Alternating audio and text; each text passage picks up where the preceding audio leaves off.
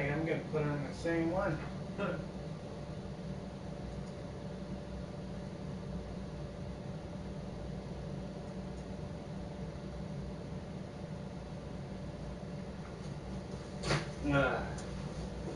Let's try this again.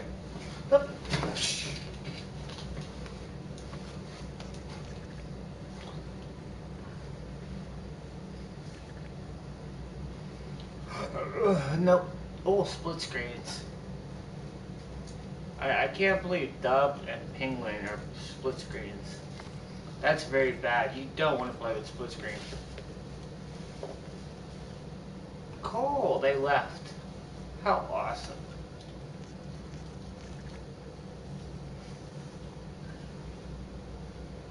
I got forced into it.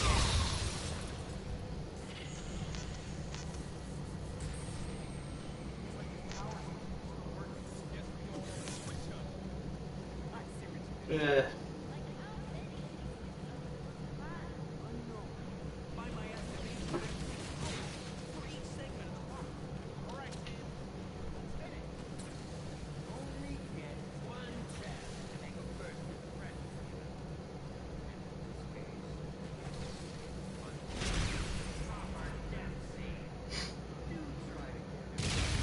Wow. 77's like really grenaded everything. He's like throwing every grenade that he possibly could.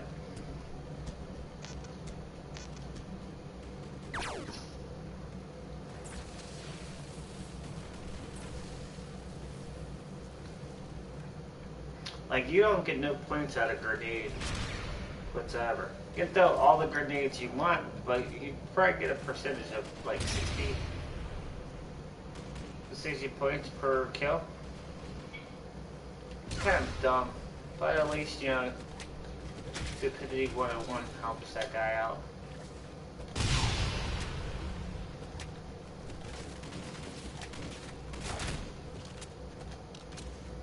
Can you like move?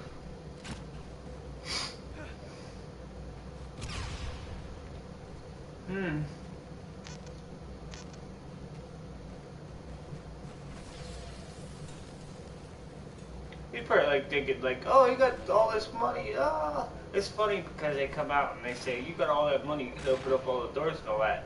I don't need to open up the doors. I don't want to earn any XP because I already have XP. They can open up the doors. Well, the dude Andre can actually do it. Number 77 can actually open up the doors because he's loving to throw those grenades.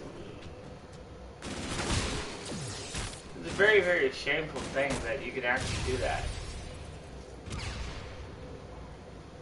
Still.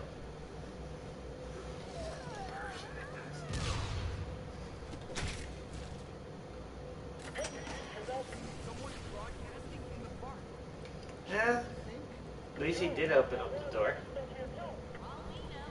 I give him that. Some people don't even open up the door once. I sit there and like look at the boombox and be like, oh, that's boombox. Oh, I'm not picking that up.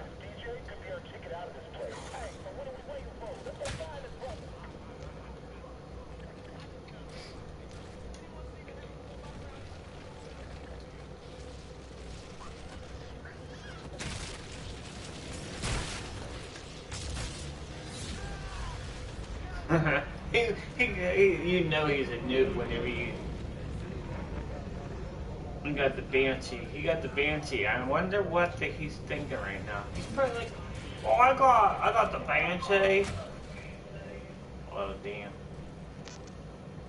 That right there is a person that just put their mic close up to her TV.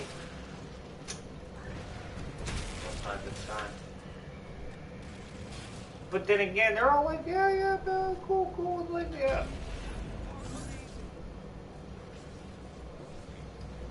They could all open up the doors. Let's see if they open up the doors, if they noticed it.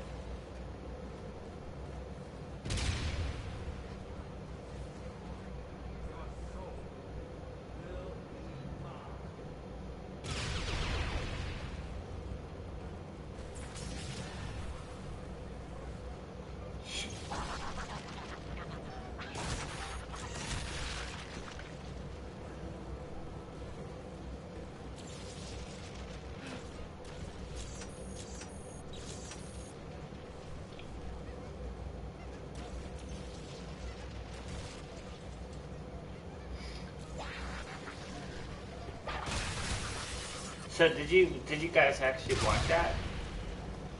The the guy was standing there. He was going guess. I was wondering if he was gonna actually open up the door.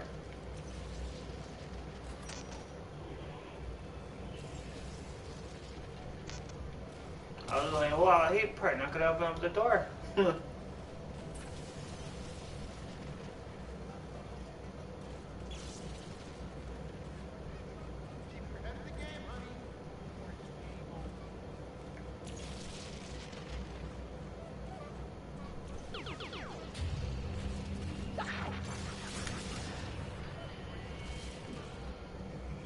See?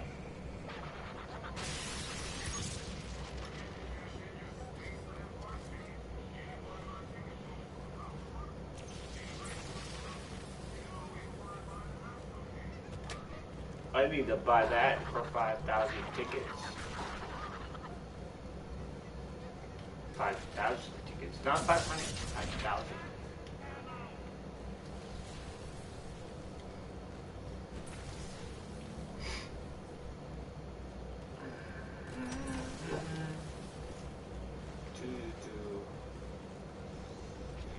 Alright, Boombox will be there.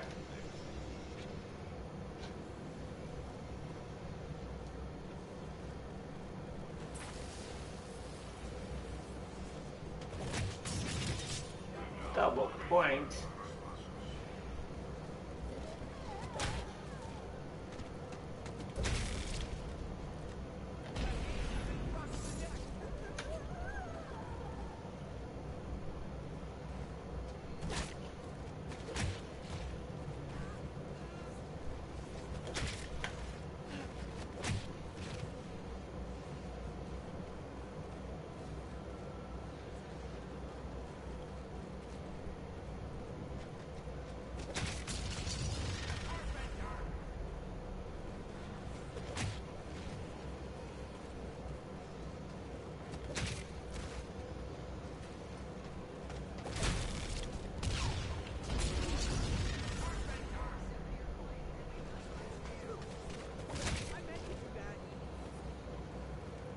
Carpenter.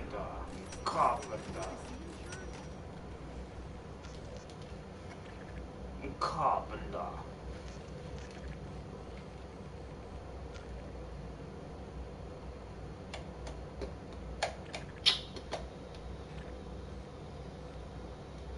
Split screens, look at that. With the fuzzy cheeks probably sitting there open up the doors. We can actually see and analyze his trophies here. We are the people who look at trophies out non-public. So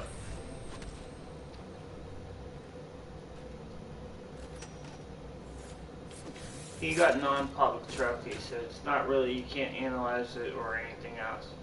But you know 100% he probably did open up some doors. Boy, hey guys, I opened up all the doors. Or no, now it's, see what he's doing. See that one? Look at that one.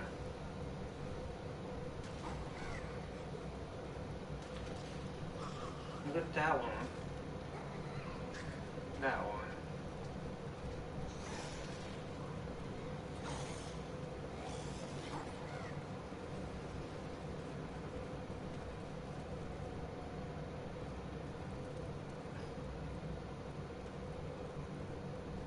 Wait, I'm trying to think.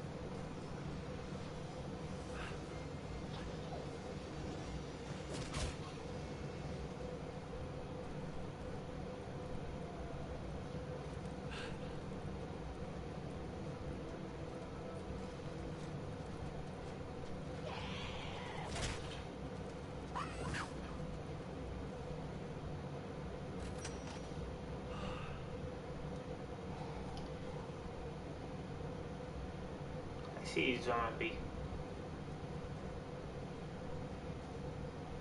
Like, there's a zombie right beside me.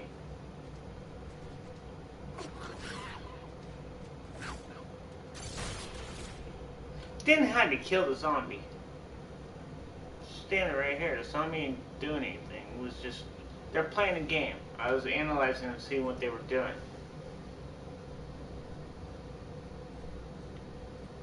Said there was a zombie. The zombie wasn't even doing anything. Wasn't even paying attention to anybody else except me.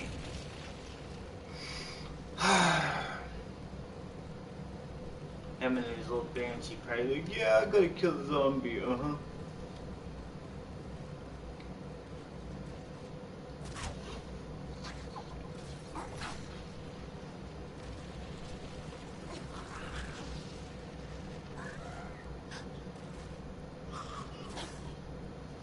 See, I still think there's something right there.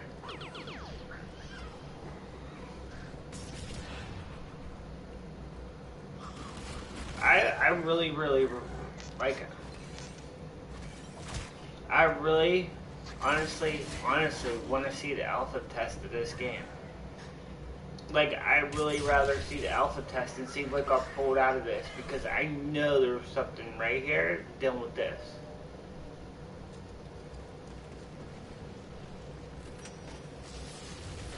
See? Why would you put lights there?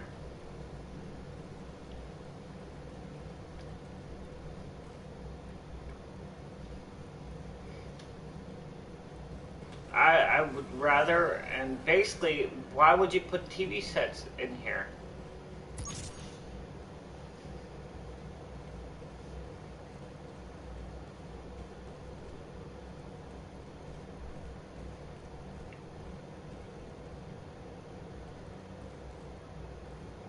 There was so many things probably pulled out of this game that they didn't let the average zombie player actually see it before they pulled it. That's why I hate sometimes about these video games, that they actually pull out all the stuff that should have worked, or would have been worked, or could have been cool, but they didn't keep it into the game. They didn't ask the viewers or the people that actually play the game if this is a good idea or not a good idea. The people who probably game test this or alpha tested this probably said that was not a good idea. I mean, a guitar would have been cool, and you could put on your gun, and it would have been great. It would have shot some of these things out, or you could have grabbed the suit right there, that guy, and put it on your gun, on the charm gun. Think about it. You went over 1,000 tickets, you could get one of them things. It would have been on. It would have been in your inventory. Things like that. I really rather have, like, see, that's one thing I would ask.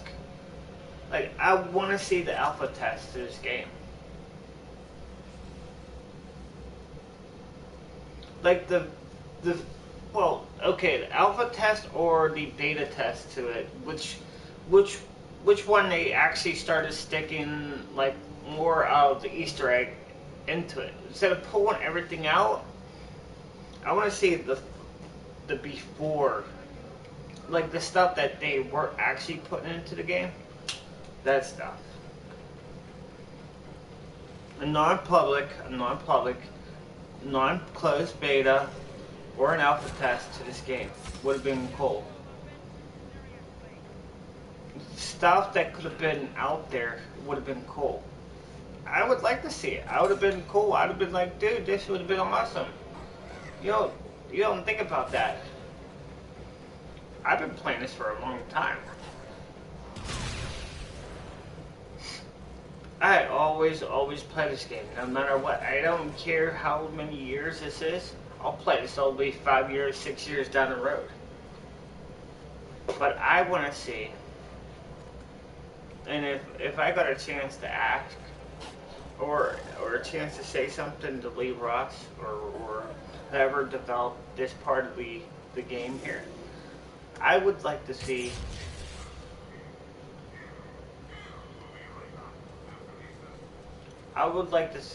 the alpha test to this game. before they cut every little thing out, like when they start cutting things out, I don't want to see that.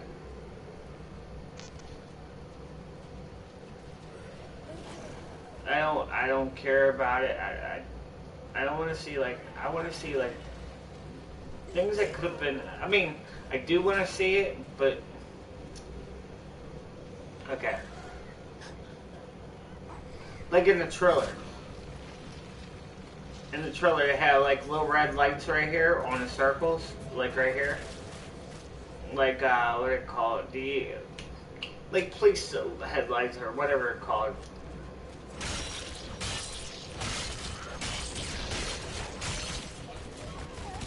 And you can see them in the trailer.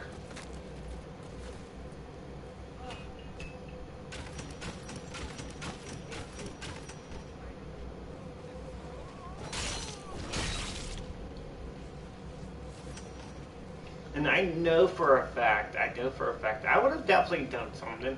Like if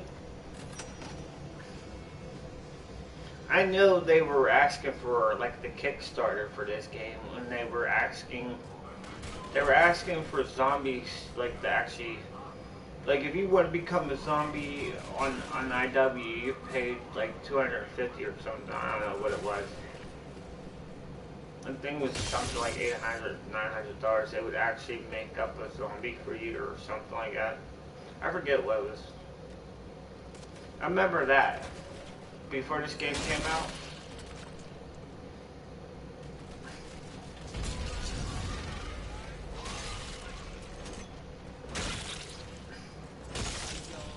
No, if they would have kicked in like the alpha part of that, I'd have been like, cool.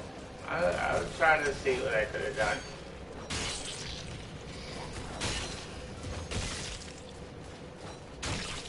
But they should have. I think they should have kept the game going. I thought they would bring it all out there and kept it to where it was kept. But like I said, MW is like a waste of time. Yeah, MW is a waste of time.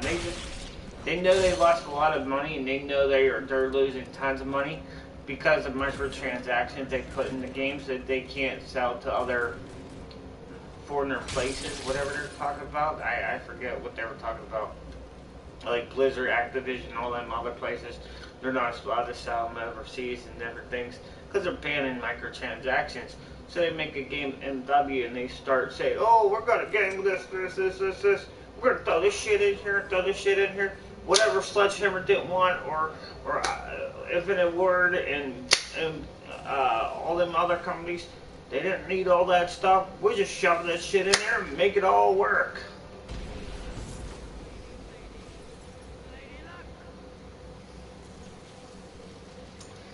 The reason why I didn't buy MW, or why I would never buy MW, is because of that reason. I didn't buy it. I'm not gonna buy it. It wasn't the It wasn't the trailer. It wasn't how it was progressed or how they showed it off. It's just.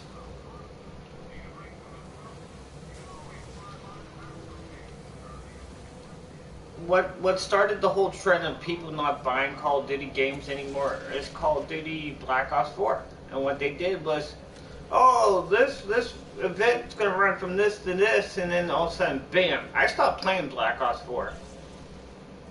Completely stopped playing Black Ops 4 altogether. I like deleted the whole game. I don't play, I don't enjoy it, I don't see no fun of it, no entertainment of it, and nothing. Like, if you look on this game, I have like 190 some stupid hours on zombies.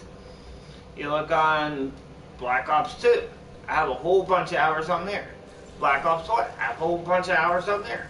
Black Ops 4, probably about, it took me about 19 hours to get Dark Matter on my guns on there.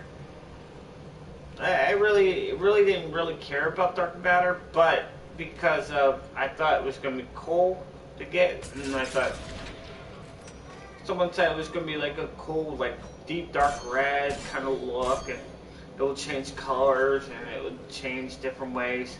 They didn't add that until later. It was more sadder. It was more sad to actually think that they would actually own up to their own game or the way they acted on their own game. I tell people, don't buy MW. Don't buy it. Trust me. Don't buy MW. Don't look at people how they play, okay? You'll see them play, okay? And this is what an average consumer will actually do. They'll buy it, play, get up to an average 55 or whatever the first prestige level, and just stay there. The fun thing was about Call of Duty back in the day. You'd play it, prestige, play it, prestige, play it, and prestige. You'd be outranking your friends. Like you'd gain a level, try to prestige before your friend did. That was the fun of Call of Duty. That was the fun of everything. Racing to get to the 10th prestige. That 10th prestige was the honest thing. Like, oh, I got to the 10th prestige before you did. Give me 20 bucks, blah, blah, blah, or something like that. Back in the day, it was like that. Zombies was all different. Zombies was, we would go rounds. And if you hit 30 and you lasted 30, you're a good player. If you lasted 40, you're a great player. If you lasted 50 or more, you're a super OP player. I mean, think about that. Now it's all, I don't know. There's no replayability. There's nothing. You see all these people that play Call of Duty and they play zombies, okay? And you're seeing, how many people play Call of Duty Zombies that much on Black Ops 4? In the average person, okay? On the average person, you'll see them play maybe 4 hours of Call of Duty Black Ops 4. Blackout. 4 hours, maybe 5 at the most. But when they play an average of zombies, it's not that long. It's not that long. It's not because they're trying to do things. Basically, they're just trying to do that challenge, whatever it's called, that mode, whatever it is now. And I'm like honestly thinking like, that's the only thing people play on zombies is that Gaunt, whatever it's called. They give you a challenge per round. If you don't complete it within the 3, then it's game over. I mean, that's not fun. That's nowhere near fun. I mean, it's fun for the first time, yeah, but then it just repeats itself. You gotta speak up. The community needs to start speaking up. Like, quit shoving the crap out there and quit. You know, it's the thing.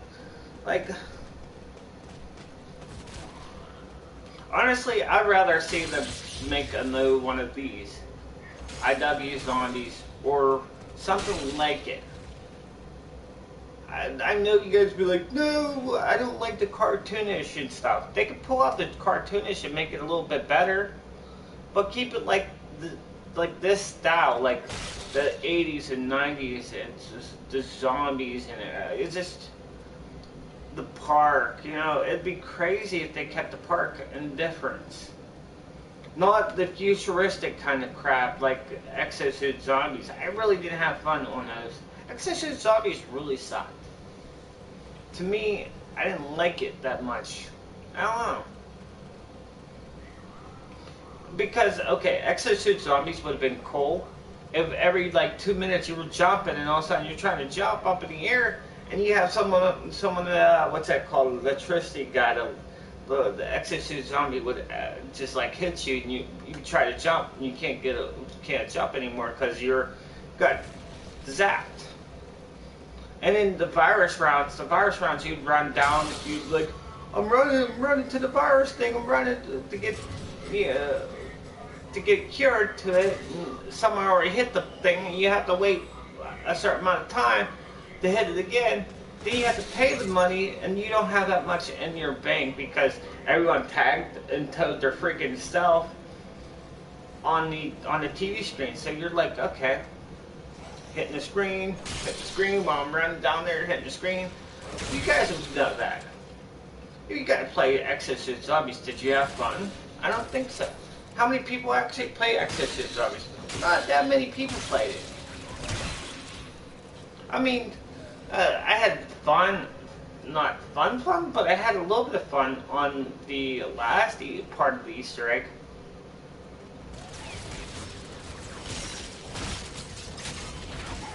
I thought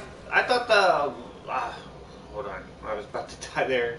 The DLC 4 on Exorcist Zombies, for some odd reason, was actually better than all three of them all together. The Burger Town zombies on Exorcist, no. You had to go through those caves, you had to go down through there. The third one was it the third one that had I think it was the last one. The only thing I didn't like was that one where you had to throw your ID cards down the trash chute, or someone shot it down there. You had to go retrieve it, and you couldn't find it. And you'd search it the whole time while the garbage chute was trying to grab you, and you're like, I can't get to it. And by the time you try to hit square on it, you'd be like, oh damn, you're getting pushed right out of the garbage can, out of the trash compactor, whatever it's called. I really don't have like that much of a I just don't think so. But if you really play like Exorcist Zombies, try out DLC 4 before anything else.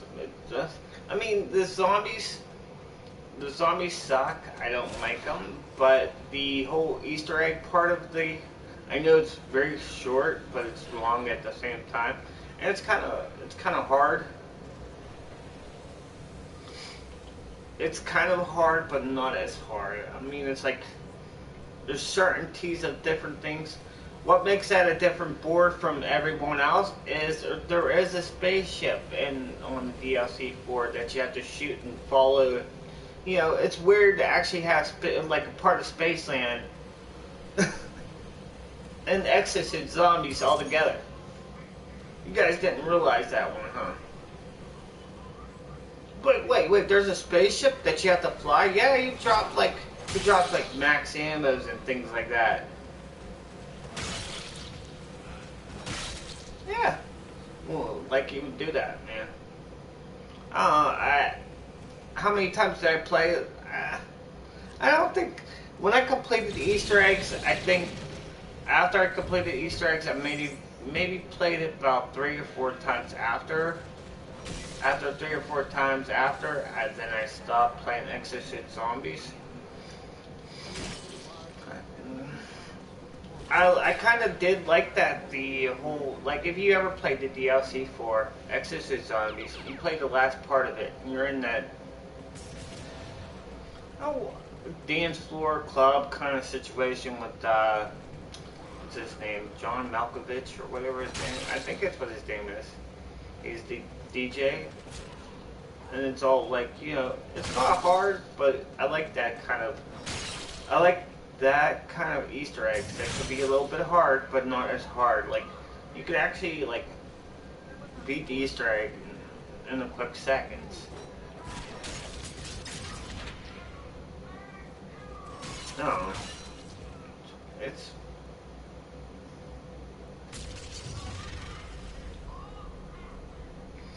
My favorite Easter egg to do, favorite Easter egg to do, if you really honestly want to, like, say what's your favorite Easter egg, or what would you recommend to go to, go to the original Moon. The original Moon Easter egg, and, like, play that Easter egg and do that Easter egg. Um, when you actually play that Easter egg, okay, not the new one, not on Black Ops 3. Black Ops 3, they kind of ruined the whole sound quality. Yeah, they fixed it a little bit, but then their sound quality is messed up there. Like the original part where you have to fill up the whole chambers and everything else, and then Samantha's yelling and screaming. It like it's like it was pretty cool. Back in that time, that Easter egg, it was pretty hardcore on that one. And when you completed all the steps and you seen like the whole rockets going over there, yeah, that was the whole thing. And then like the second Easter egg, very difficult to do, buried. Buried was a difficult Easter egg, and you guys would know that. The average person that completed that was probably less than 85% because of the shooting part of the Easter egg. At the end of it, almost close to the end of it, you had to shoot 22, 22, 22, and 23. I think it was 22, 22, 23, 23. I forget what it was.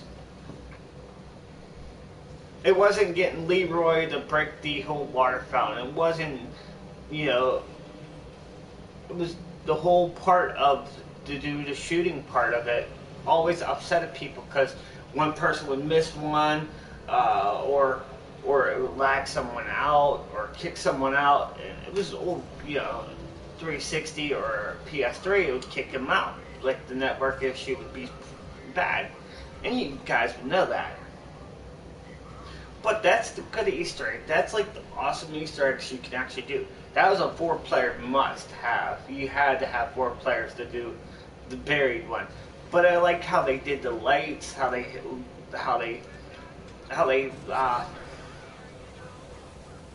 had to go through the caves, the mine shafts, and what it was called, what is that gun called? The Paralyzer? Was it called the Paralyzer? Where it would paralyze the zombies and it would like freeze them up, and then whenever you hit it more, it'd break them in half, like the freeze gun, kind of, sort of. And then my third map that I always do the Easter egg on would be basically, okay.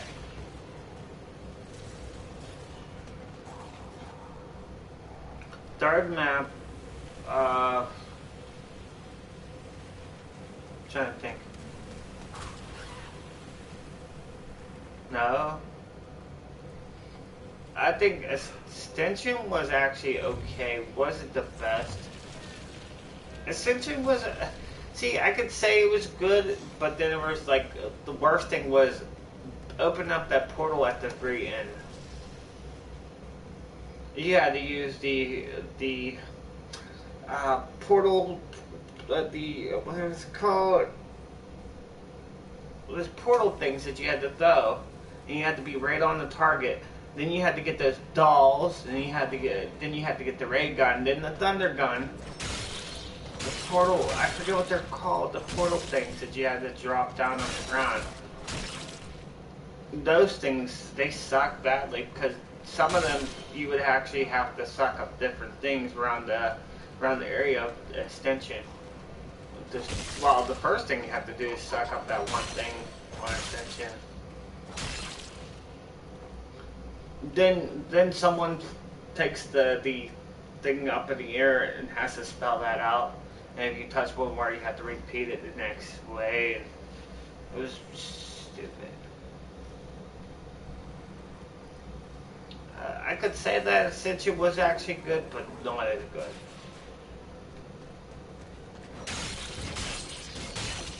I mean,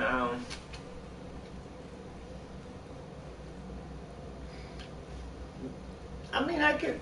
Shayla Numa didn't have an Easter egg.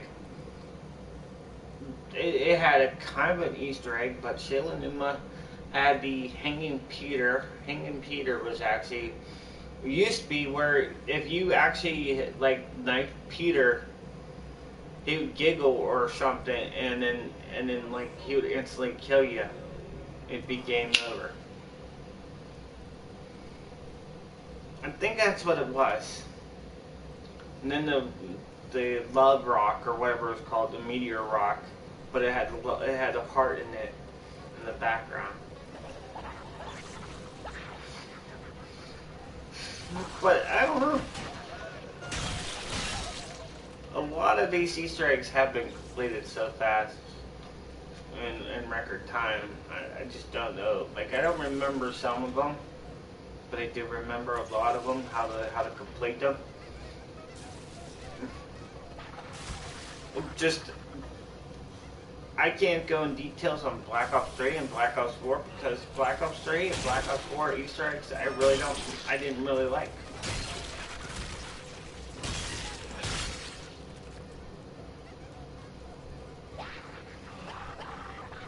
It wasn't, okay, when we played like the Shadow of Evil was Black Ops 3. Black Ops 3 had the whole an open road kind of feel, and it was like, okay, cool, open road kind of feel, zombies, you know, but you had to complete 3 things before you actually completed Easter egg. You basically didn't get anything from there, though.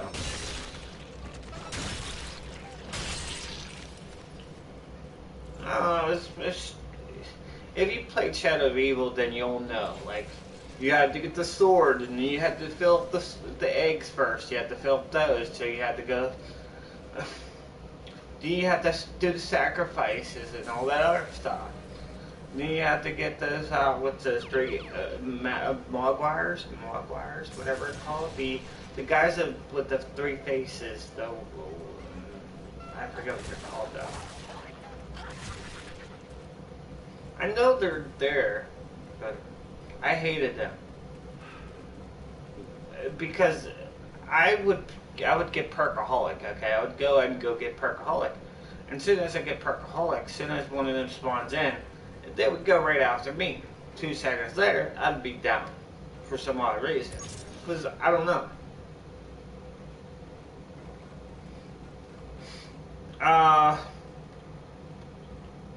The Rockenhausen was okay. It was okay. It wasn't the best, but you're talking about the difference, okay? The Rockenhausen had the bows, okay, and the other one had the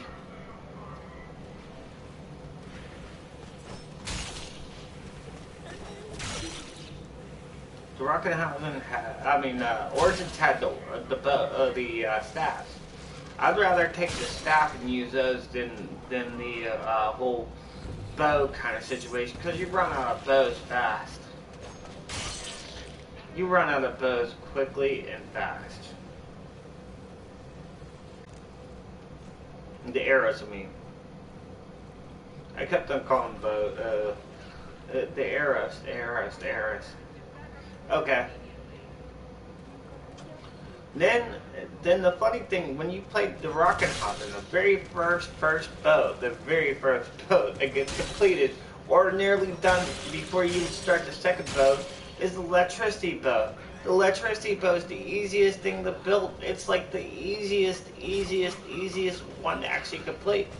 It's not like the pink one or whatever it's called, the ones with the, you have to do, you have to make sure you get the right symbols, that you have to shoot the floor.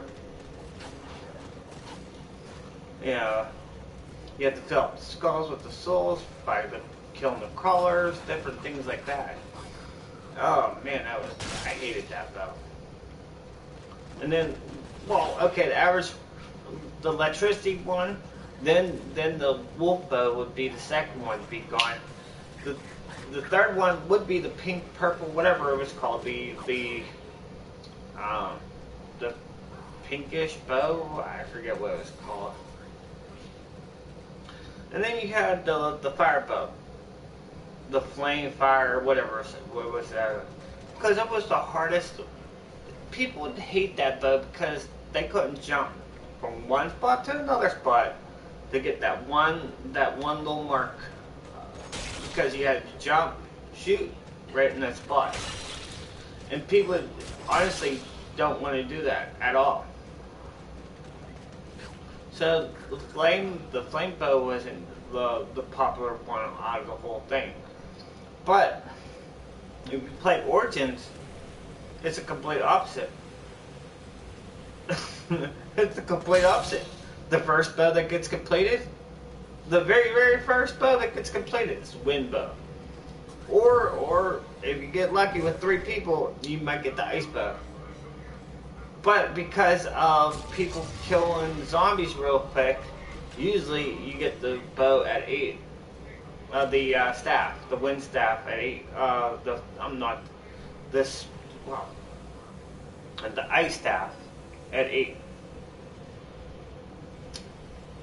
Because it's like, so it's basically the wind staff, ice staff, then the fire staff, then the lightning staff. Not that many people knew the piano step on the. I hated that. I hated the piano staff. I hated that so bad.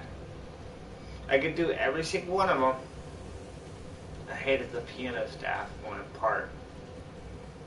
I knew the electricity. I knew it. Like I knew the step, but every time you hit the piano, it would never hit correctly.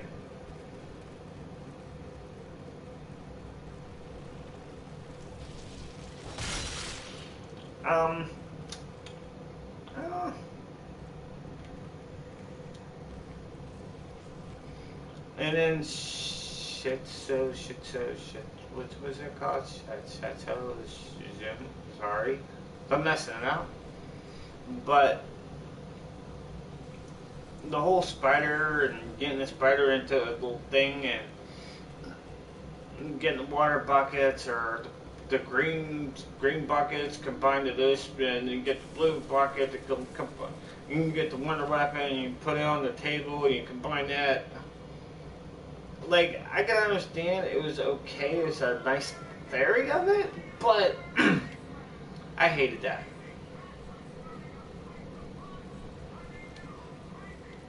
I hated that. I mean, the Easter egg was okay, wasn't popular to it. Like, no one goes up to it and says, "Oh, that's a fantastic board. That one, you must be playing it." No, it's not highly recommended. Think about it. If it's not highly recommended, then don't do the Easter eggs. Don't be implanting them back into another Easter egg.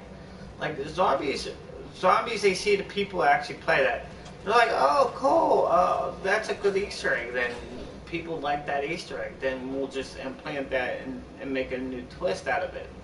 They don't ask the community. They don't say, "Oh, we're here for the community. We'll see what they talk about." No, they ain't.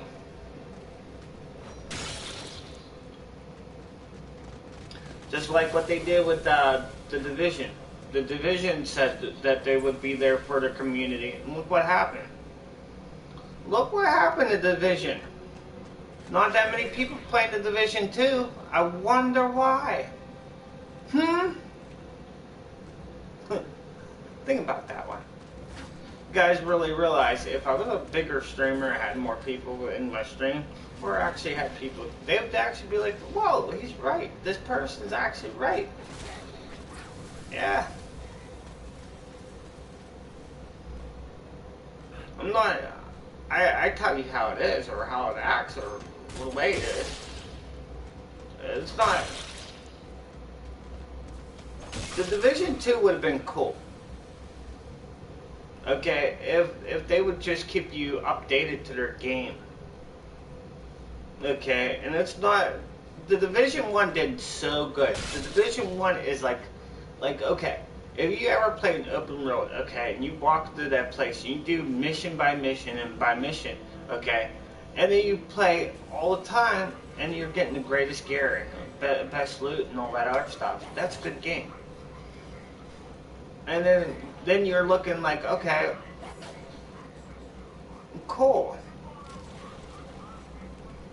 Then they bring in the DLCs, cooler. Okay, the underground, all that other stuff, new storylines, new different things.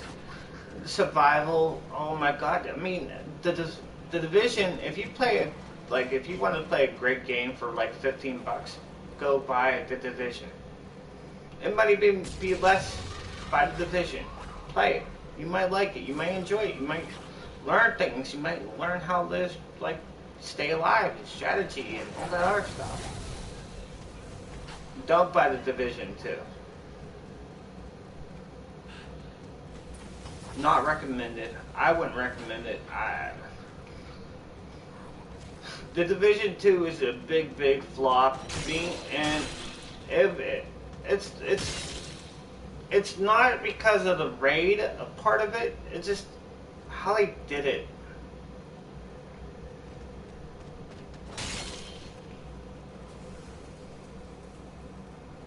These stupid events. These stupid events. You gotta play this much to get a care package. They're just taking a book from Activision and saying, "Oh, we're just throw this crap in here and give you this crap." 40 different items you might get, and you just get them, and then we'll put the crap into new supply drops, and make sure that you'll get them in random supply drops. You don't do that. It's called an event. It calls GE event. If you per se play the game, you earn that equipment or that stuff, you'll get it. They didn't do that. They didn't do that whatsoever. Then you bring these lucky crates, they're called lucky crates or whatever you do. And if you didn't get anything from the event, okay, and this would have been a great idea for a community on the Division 2. If you didn't get anything from that event, then you make lucky crates. Event 1, Event 2, lucky crates. And you might get something out of that. If you play for 2 hours, you might get a lucky crate. If you play this mission under this amount of time, you might get a lucky crate. The RNG might like you. That's the difference. I mean, the Division just, I don't know. I don't think it's Ubisoft. I don't think it's Ubisoft's fault. I think it's more of the people who made the Division, or the people who are using the software kind of situation. I don't know. But Borderlands 2 is actually a really good game and story part of it. Okay. It hasn't been out for a couple weeks. It's just, I mean, it's there. But what sets that back, and which will blow your mind, okay, if you ever played Borderlands the first one, you count how many loots you dropped. Like if you kill like a big boss or something, count how much loot drops. Okay. An average boss on normal mode will drop 5 to 7 different things. You might drop a legendary or a rare gun or something like that. Okay, play Borderlands 2. Count how many drops come out of there. Okay, Borderlands 2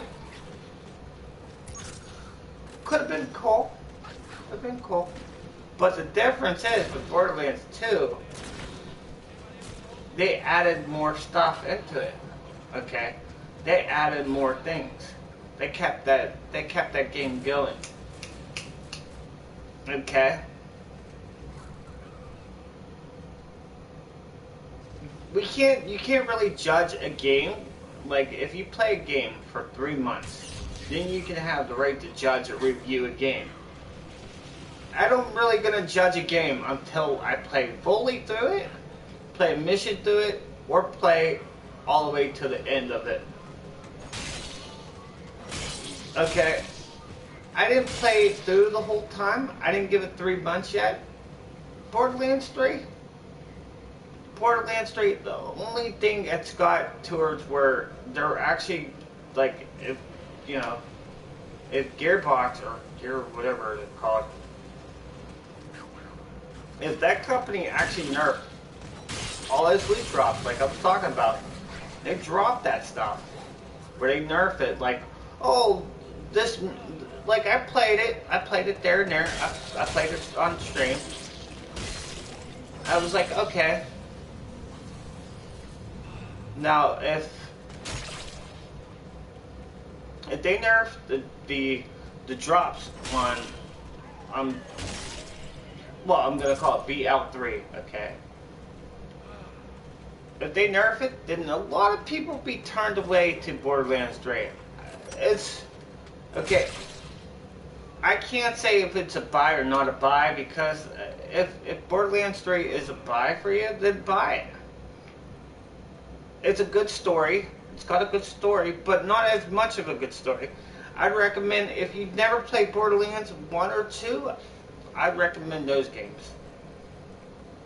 Why would I recommend them games is because, one, well, Borderlands 1, you'd recognize almost half of them if you know now who they are, except like 3 characters.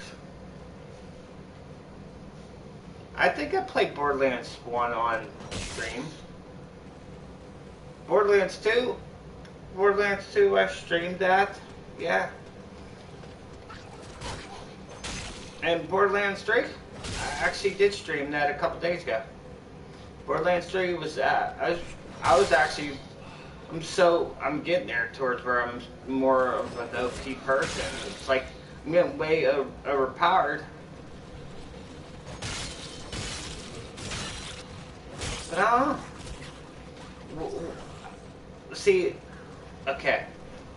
It came out in September, right? Borderlands 3. September 13th. Those people that give a review or say, oh, this game is good, this game is great and everything, you have to give it 3 months. It's 3 months to the first DLC. Well, you can't really, because the DLC didn't come out yet to Borderlands 3, you can give a review to that game part of it, not the DLC part. So, you have to wait until 3 months. 3 months. So September, October, November, December. In December, anything after December 13th, you can give a review to Borderlands 3. Do not, like, if you look at reviews, Borderlands 3, and they say, oh, this is a must buy, don't believe them yet.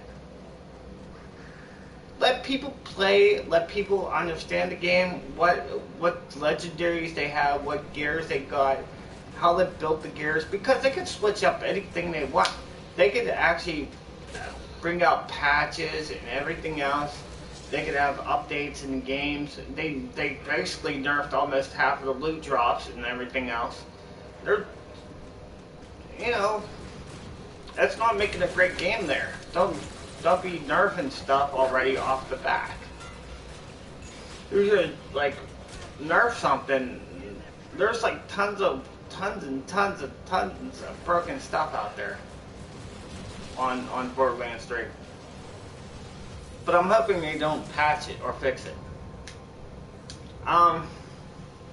So if you want me to say, would you buy or would you want to buy Borderlands 3? I would recommend waiting. I would recommend waiting when it goes on sale. If you're very, very, like, say, you love the story, you play Borderlands 1, Borderlands 2, and you want to buy Borderlands 3, as a Borderlands, like, person, go ahead, buy it. But don't buy it. If you're going to go, oh, this person said buy it, I would say, as of right now, not right now. Don't buy it. I would estimate the time of, I can't give you a review or anything else, but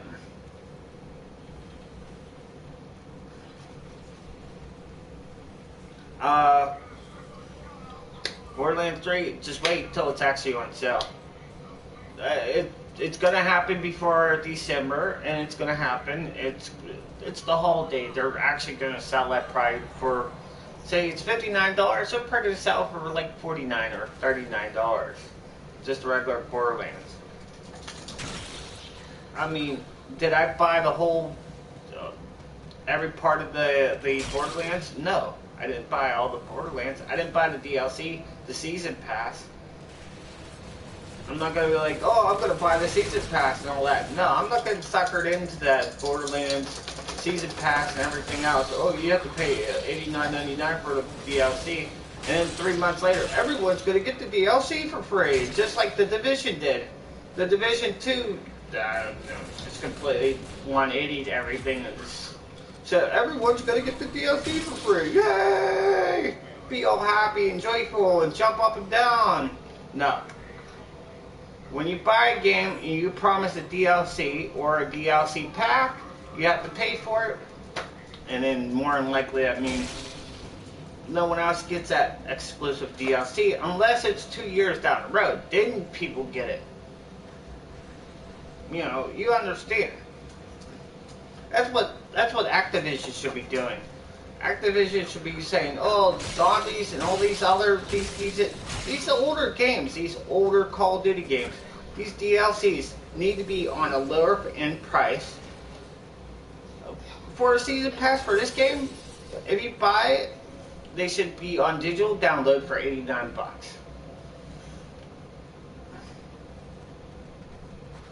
When you think about it, less than $10 for a complete whole DLC, so then everyone will be able to play it. They're still making money. They're still making money, but for $10 for 4 DLCs, I mean, think about that one. Even Black Ops 3. Black Ops 3 should be like, I mean, it's still kind of new, but not as new. It's like, you can sell for like $14.99 for 4 DLCs. If you're throwing something else into it, like camos and all that, then sell for $20. Don't go over anything above $25, don't buy it. If it's 3 years old, and they want DLCs for it, don't buy it. Not worth it.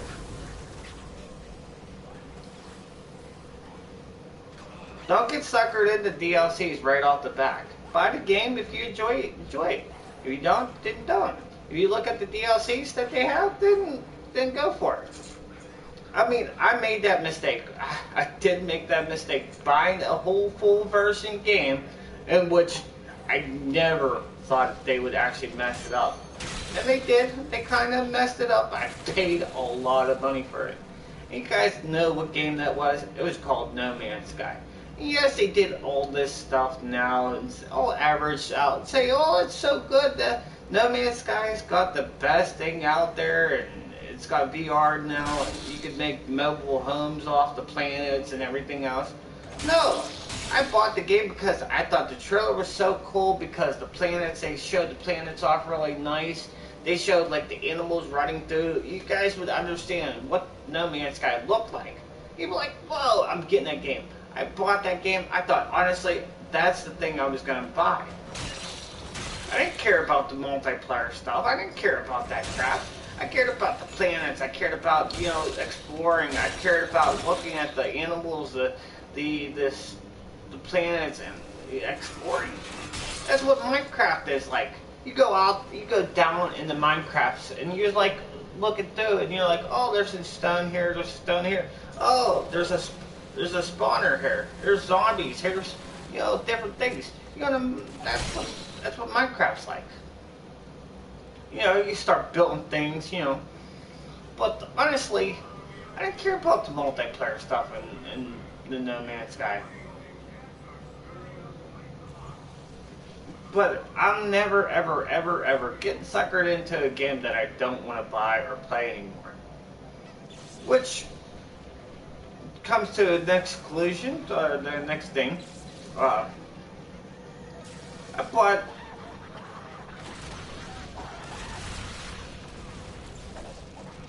Black Ops 4. Oh man, that was the worst purchase ever. So I got suckered twice. More than likely, yeah, I can understand it. I played a little bit there and there, but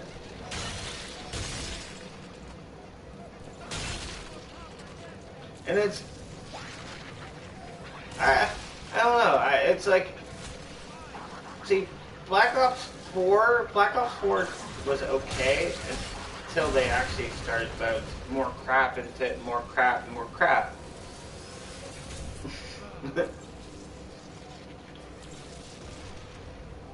um, you guys know what I'm talking about, or on like other games that you ever. I mean, there should be like would you ever buy a game that you see a trailer and you're like, whoa, this is an awesome game, and then you play the game and you're like, that's disappointing. That is. Do you ever realize like you ever did that before, or do you think you ever will do that, or do you think you did but you just didn't realize it yet?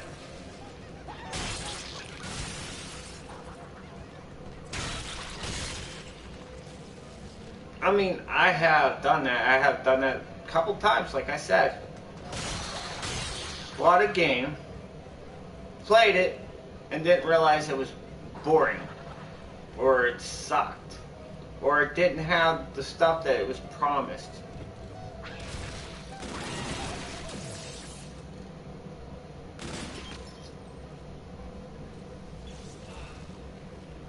I got suckered into it.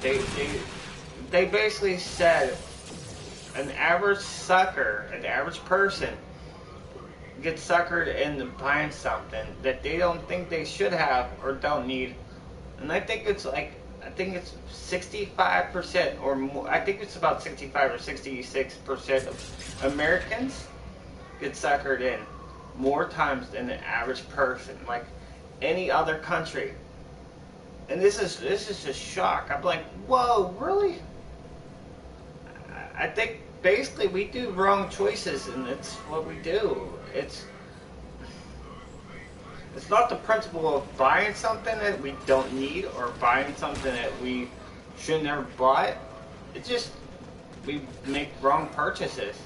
I mean, you can return it back to the store, but some products or some things that you can't buy and can't take back.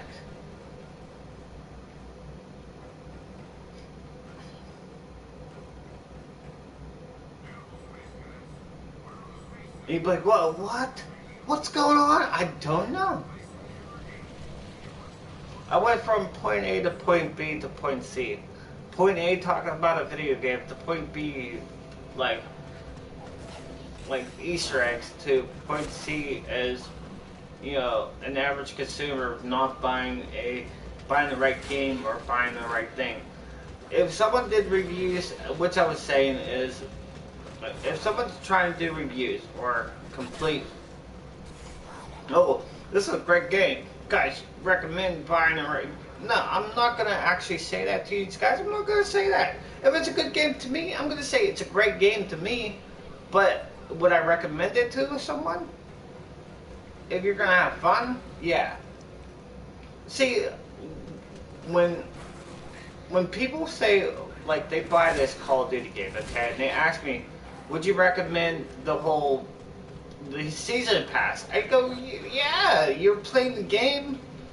Why wouldn't you want to play the game? And I'll tell them, like, this is the reason why you should buy the season pass. I mean, I'm not saying, like, oh, the choices you're making are going to be bad, or, oh, this will be bad on this way, or reason why, or, I don't know, it's hard to explain. But if I'm person A, and person B said, would you recommend, me buying a season pass to this game? Well, I would say, how much time do you want to put into it first? Because of right now, there's not that many people that are playing this game.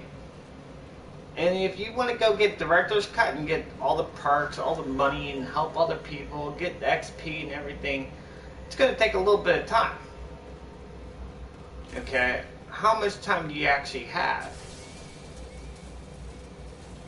if you have friends that still play this game, and they're at level 999, or they know how to run these Easter eggs, then go for it. Buy the season pass. Maybe they will give you the soul keys. I mean, I give out at least 2 to 3 soul keys on each map or something. I give this one out. I give out Shuffle. I give out Brave. I could give out Attack of the Radioactive. I hate Attack of the Radioactive. It's always breaks or broke or people can't slide down the thing, or it gets agitating. And I get mad and I get pissed off and I start dying over and over and over. And I just can't do it. No, I could do it. I just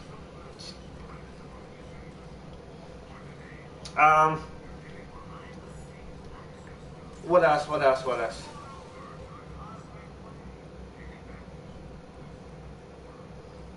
But would I recommend a video game to a person?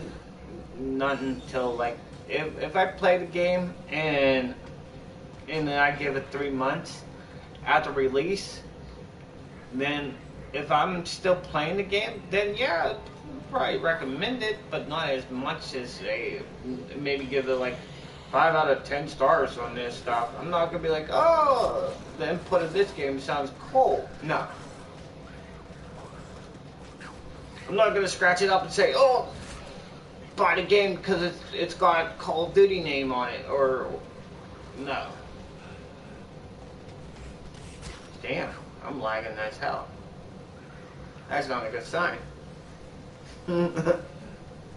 Just like if someone recommended, like, say, oh, would you recommend Borderlands 3? I couldn't.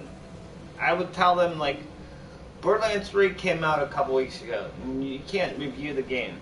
You can't give a full review. You can't give out down the... You have to entirely play the game. And for a looter-shooter game, which in quotes, looter and shooter game, which you have to shoot to get the loot, to actually get the... To actually, you know, get the, like, a legendary something, or special gear that you can have dropped or something like that. And it's just, it's like playing Destiny 2 or Destiny 1 or something like that. Or you just can't, you can't go out there and say, oh, this game's cool, yeah, See, I did like Destiny 2 until, like, I kind of did like it, but not as much.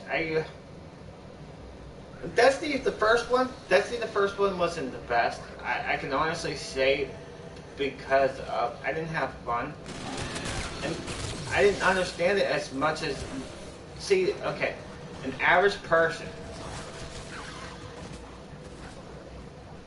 I really didn't care. I wasn't really, like, talking. I was, like, talking but not talking. Borderlands 2, okay, or, I mean, Destiny 2. Or Destiny 1. Destiny 1, I didn't really acknowledge it towards that point. I stayed on maybe 2 planets at one time. I forget which planets. If I put the game in, right now, okay, and I told you what planets I go to, it's the very first 2. It's one that you start off with, and then the second one that you go on, I think it's up left on the corner of Destiny. I think it was like a dark, it was always dark. It was always like a very dark map, like Earth, or it wasn't like an Earth, I think it was just, I don't know.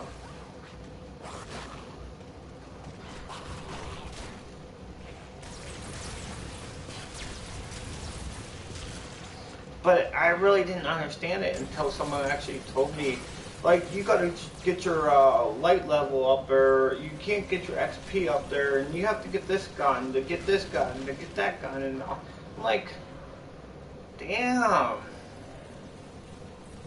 And I'm like, okay, you gotta get this light level, how do you get the light level up there? And they're like, get this crystal and You gotta go to this vendor to get this crystal, to get this mission, to get that mission, to get this mission, and that. I'm like, holy hell! I'm like, what the hell's going on? And you guys would know if you played Destiny, the first one, you'll know how much time you had to travel back to get that light, to get the vendor, to go back to that mission, and go all the way back to that planet, to get into your ship, to go all the way back there, to get the mission. Go. It's like, damn.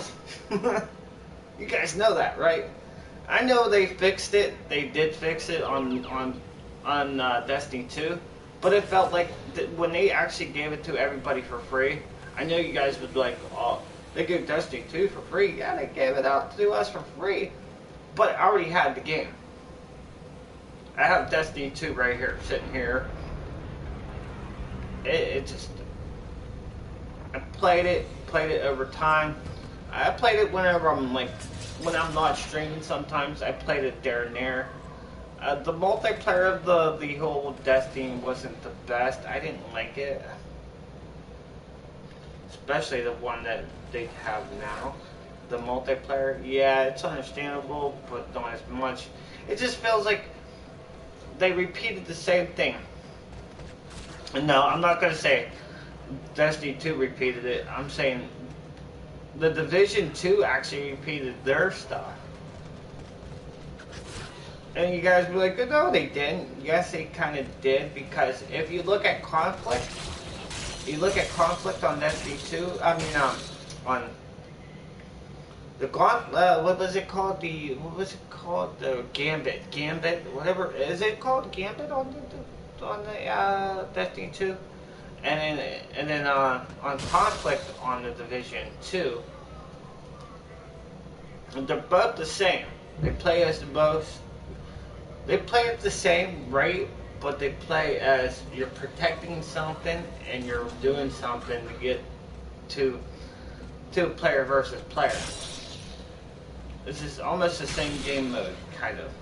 The only difference is you're playing as a mutant character, while on the Division 2 you're playing player versus player, person versus person. That's the only difference in that game.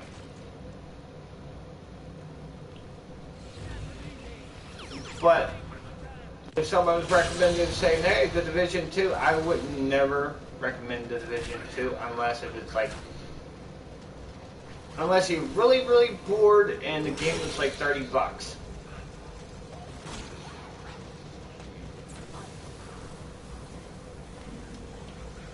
That's the only time I would say buy the Division 2 when it's like $30. No, I would recommend the Division like at $14.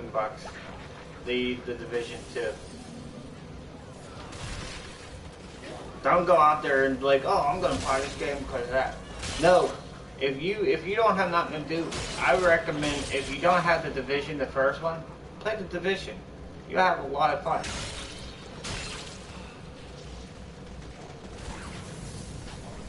You'll play like the Division, the first one, the loot crates. The loot crates were actually. It was cool to actually get a loot crate because honestly, you get like cipher keys and like little crystal things or whatever called, the little things, and you make a Phoenix key or whatever it's called, the keys to make one chest, and that was the average thing on there. You'd be able to get the box. Not anymore. The Division 2 kind of like screwed that one up. I think they went backwards. It's like backwards. Said that I can't. I tongue twist that a little bit. It's like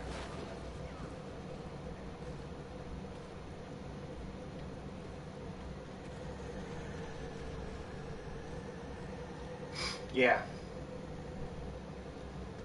Like, I don't know if it's Ubisoft. I don't know who did the whole backroad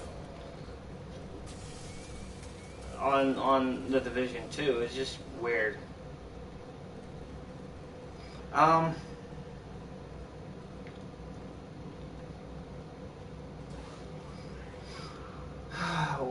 Wait, someone actually shit jumped in my chat?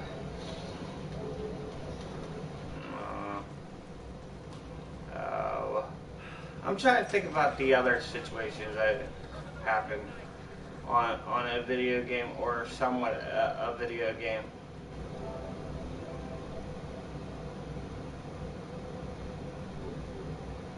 You know how difference is okay.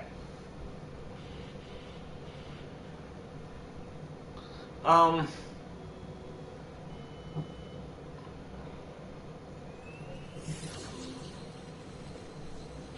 Okay. Hold on. Would you recommend a? Someone said, what kind of game would you recommend to play for your very first time? If you think about it, okay. And this is complete just you know, out of the blue, out of everything, right? And you're playing a game. And you recommend a game to play, the very first time to actually play a game would be, oh, you want to play an adventurous game. You want to play something that's very, very, like a beautiful scenes, something that eye pop your eyes, like colorful, something that just, you know, I know there's not that much of a games out there anymore. Like if you had a Nintendo or Sega Genesis, you're thinking about what game to actually play. Oh, you know, you're playing these like, oh, you would play Mario or Zelda on the Nintendo. And then on Sega, you wouldn't really have that much stuff to actually play. But then you had Golden Axe, you had Sonic the Hedgehog, you had almost a lot of stuff on there too.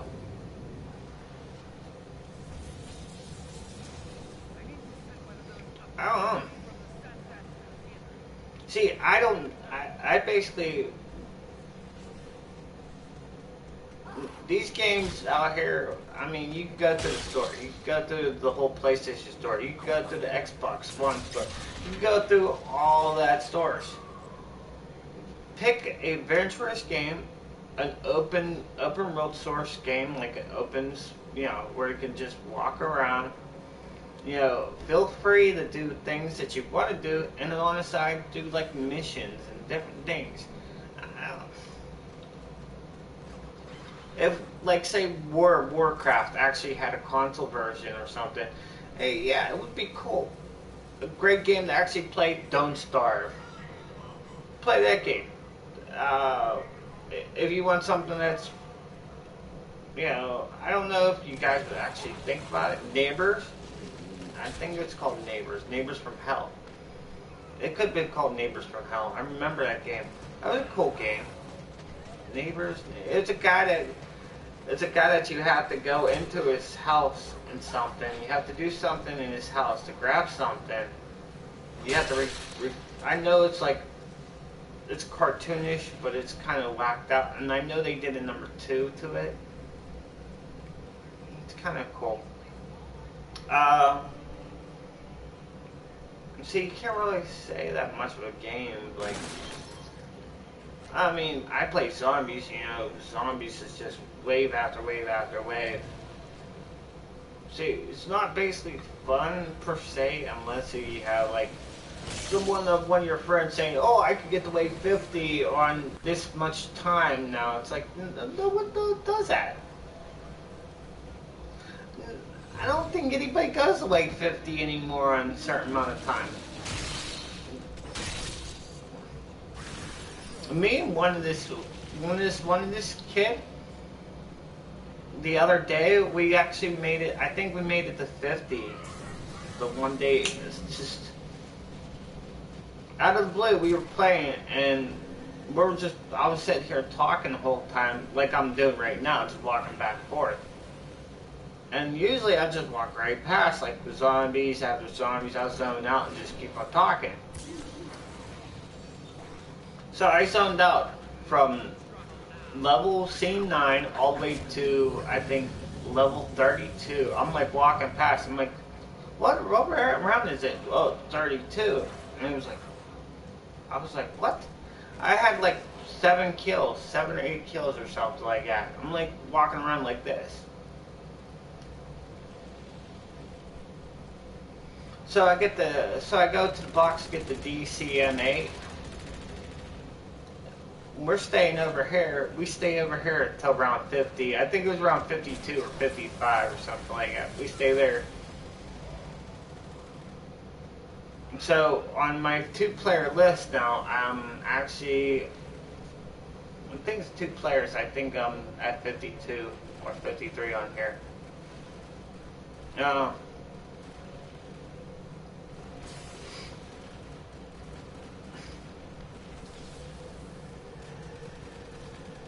But then I had to go anyways. I had to go to work, so it's like,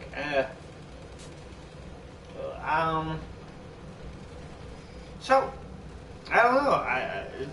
I don't have that many people in my chat, right? Oh, I do. I don't know how your guys' Sunday's going or the weekend. I don't know if you had a full blast of people like a party or went to a concert, but I don't know. How was your weekend, guys? I don't know. I mean, my week terrible. My weekends suck. It's basically, I don't know. I hate the weekends. I just don't know why. I just don't like them. I don't think. What the hell is that? What the hell are these? What the hell are they doing over there? Wow. I don't know. But anyways, my weekend was stupidly dumb. It's more than likely I hate it.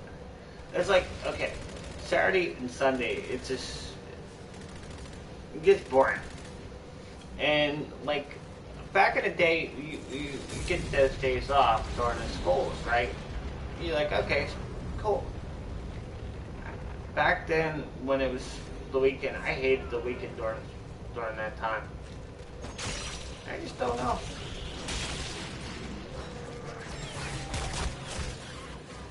Did he actually not do it? I guess not. So, what else am I going to talk about? Oh, yeah. In a few more weeks, I'm actually going to be coming live the whole time. Every day at 8 o'clock, which I am coming on live. I'm going to be live playing a couple games there in there, helping people out. If it comes down to that, the Soul Keys will be held out. Like, I'm going to actually help people live. I've been running Beast and Beyond a lot. I've been doing that. So I'm actually getting really good on Beast and Beyond. Really good. Like I could actually do Beast and Beyond really fast. So in a few more weeks, and like I think the 3rd week of October, I will be coming live a lot. It'll be every day. And I'm thinking 8 o'clock in the morning. This will be 8 o'clock. Okay, 8 o'clock in the morning. Don't be like, well, 8 o'clock is early. Yeah, 8 o'clock will be actually early. I'm going to be doing 8 o'clock in the morning until a certain time. Then I'm going to get off and then come back. And that's going to be the prime time special. That's going to be like the late night, like where I'm going to go through like probably about 9, 10, 11, 12, 1 o'clock in the morning. You guys will know that, right? You guys know I live stream at night time there. You can't deal with that. I mean, it's, you guys honestly think, wow, he's going to stop going to this time. No, I'm going to try to live stream as much as I can to actually keep up with everything. Yeah. The only reason why I didn't live stream that much is because I have other things going on right now in my life. So I can't really,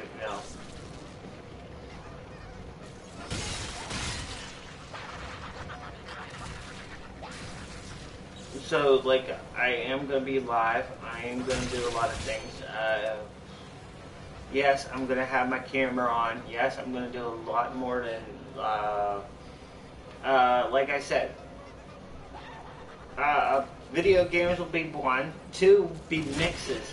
Yes, I'm going to show you guys how to mix up a little bit of songs, you know, how to, like, you know how you get the music, and people ask me all the time, how do you get that music sounding really good towards the point that you have WAV to FLAC version or lossless version, you know, different things, or how do you put a song together, or like a lyrics, you take the lyrics from a different song, you pull them off and you make a different beat to it and it sounds really good. How do you know it's really good? Different things. I'll start doing that. I'll teach you guys a little bit of how I do that. Because it's like, okay, I mean, I didn't do that on Stickam back in the day. I could have done that on Stickam. I could have done that on Block TV. But I didn't think that would have been like, oh, well, you know, Music 101, you know, people don't want to watch that. People don't want to watch, oh, this will sound good, this will sound good. No. Okay. There's people on YouTube I watch there and there too. And they do like 8 bits and all that other stuff. They're pretty cool. I like that tune that they have, 8 bits. You know, you know, or the video game kind of situations and stuff like that. But how could you put it into a song, or how could you take the lyrics from a song and pull them off and put them in there? Different things like that. Or how do you start out a song or make it sound good? Or there's like a lot of questions that people ask. Or, you know, these YouTubers could be like asking and, you know, telling them how to do things, but I think it's more complicated to actually tell or say how to actually make a song than show it more likely. I do want to show you guys how I make my mixes, or I'm gonna explain it a little bit better. DJ Blue Eyes is my name. And it's been there for years. You wonder why it says DJ Blue Eyes? Because I'm a disc jockey. I don't have the voice for it. It's not like a radioactive kind of situation here. You know? No, radio sounds. No, I say radioactive. Oh, I have a radioactive voice. Oh, no, it's not that cool. I hate my voice. I hate it all the time. But it's all good. I know people are probably like, what the hell's going on? This person talking to us about blah, blah, blah. No. I don't talk that much. I'm just gonna end it. Okay. This guy probably like, well, man, I got him up 2 times, man. I'm gonna win a long way, man. Well, I don't want to go that way. I want to go and play another game, man.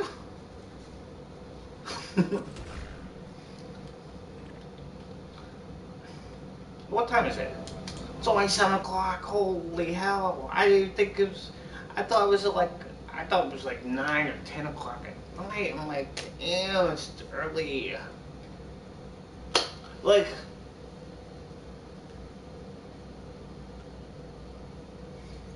I don't know how to explain this, okay? People want to know how to put music together. Yeah?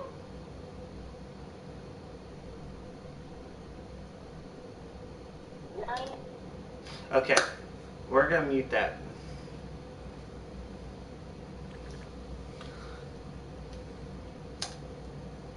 Need help with the EEs? Wow, you need help with the EEs? Is that what you're saying? Need help with the EEs? Or do you need help with the EEs? Harper English, do you need... Are you helping people that need the EE? Or are you just saying, need help with the EE? I got no idea.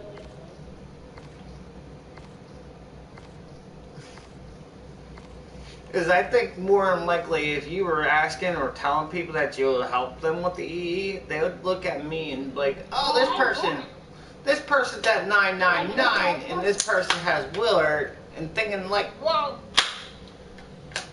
let's honestly think about that one. There's a chance. I just better. I just have to say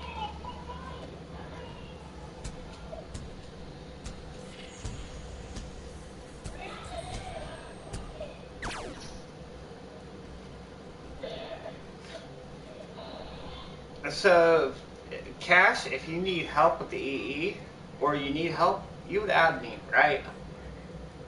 guys. Not you, kid. Kids get annoying. Think about that, kid.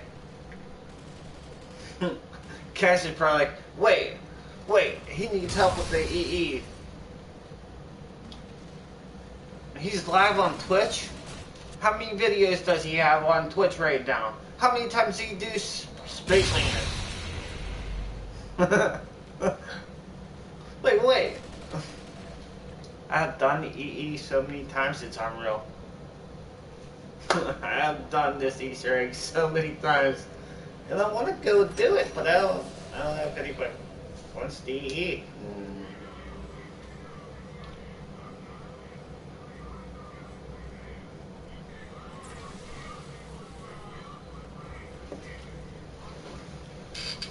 Ah, man.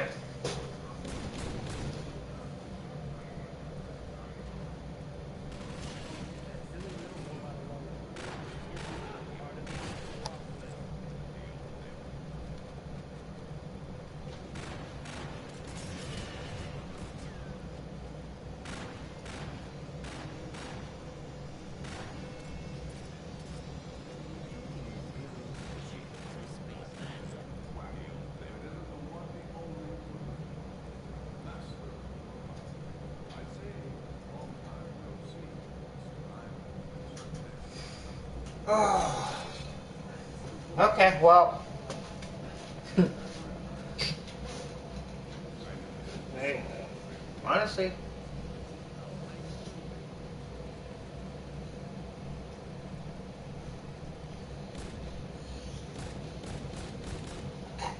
The heck you shoot that for? Why are you shooting the Yeti? You don't shoot the Yeti, you throw it with cryo grenades. Cryo grenades at it.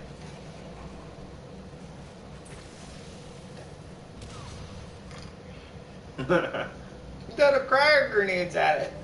He's throwing like, he's just shooting at it like.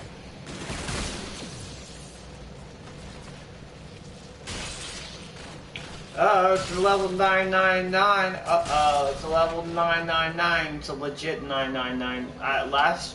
Think about this one. Think about this one, right?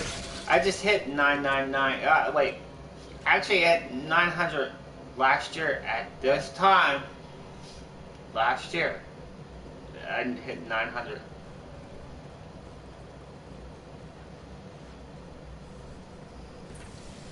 And I'm still playing this game.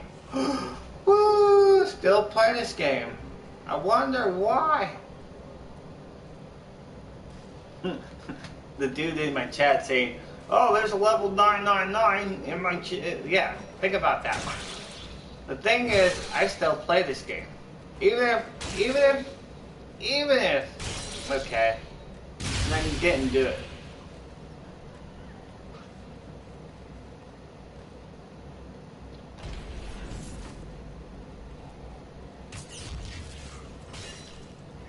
See, the difference is, right?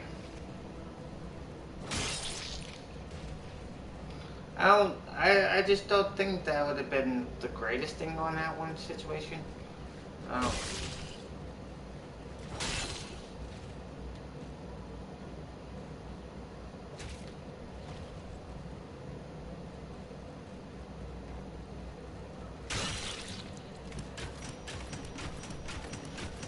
But anyways.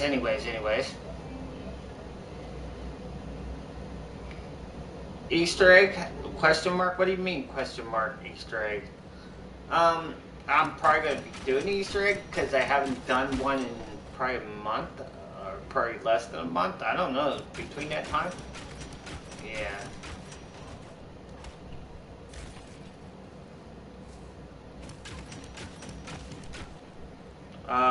Due time. Probably in about a couple minutes. I don't know. Hopefully it's not. Okay.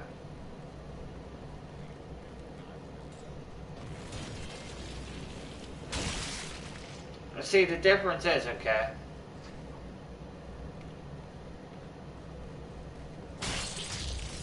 No! Didn't want that. I get into the bathroom.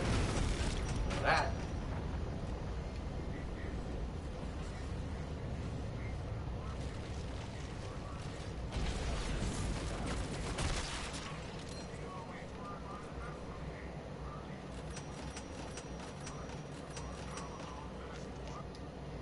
Oh, I didn't think I was the host. Be right back. BRB. Be right back.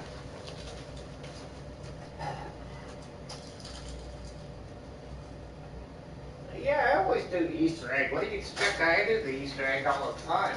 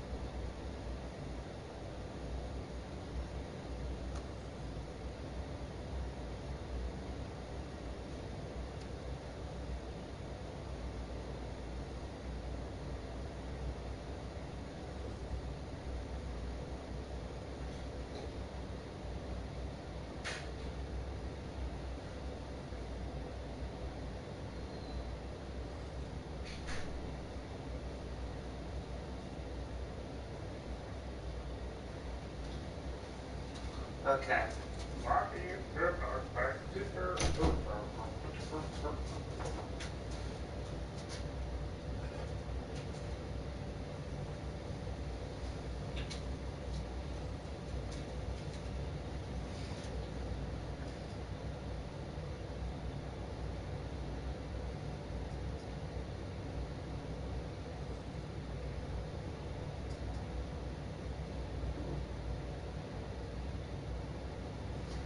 Ugh. I know. Pretty soon it's gonna happen. Couple more weeks.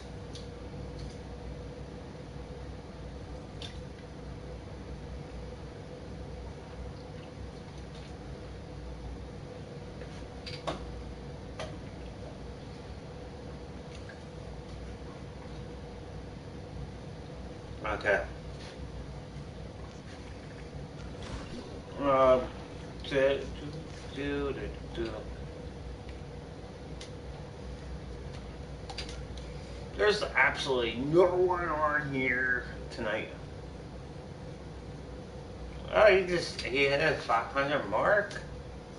Oh no, he hit his 500 mark. Hold on. I want to see actually leaderboards. Basically on 2 players. See? I mean this one dude right there.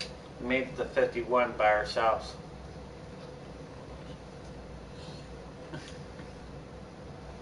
Couldn't make it to 52. Couldn't make it to 53. I could have been up there.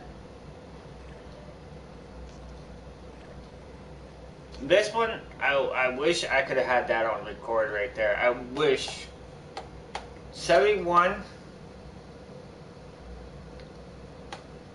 was actually, I don't even know. I don't remember it, but I mean, I remember it. I remember it like it was.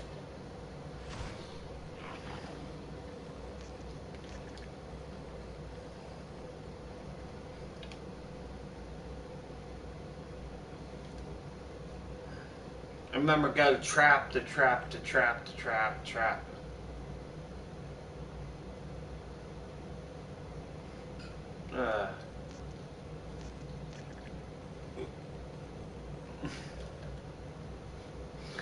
People still use that. That's the funny thing.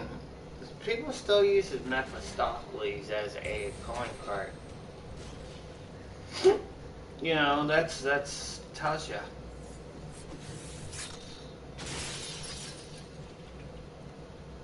Shipping.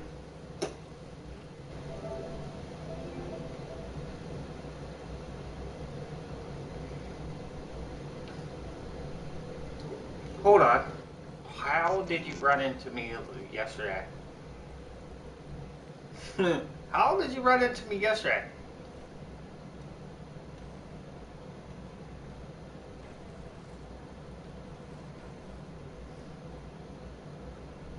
Like you ran into me yesterday, but I don't understand how you ran into me yesterday. The only game that I played yesterday was on a different game. If you ran into me a different game there, then you'll know.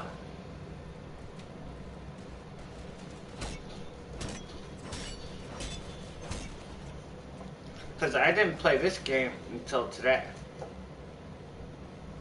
See, 1 hour game. See, then it was 4 days ago. 4 days.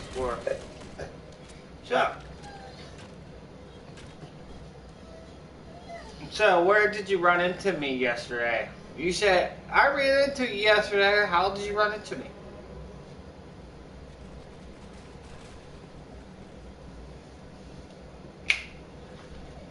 Like were you face to face yesterday? Because yesterday, I don't remember. I really don't remember what happened yesterday. If you ran into me yesterday.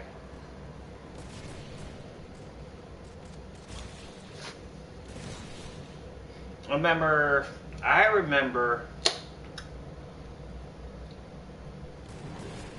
remember watching 2 movies and playing 1 game. How do you remember me on a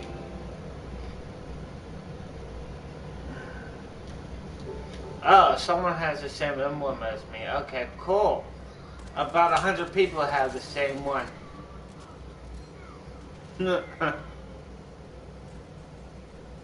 Oh no, not someone actually must be. Someone must be copying my thing. I didn't play this yesterday. You might have ran into me yesterday. Well, no, you probably no. You ran into me probably 4 days ago. That'd have been probably Tuesday or Wednesday.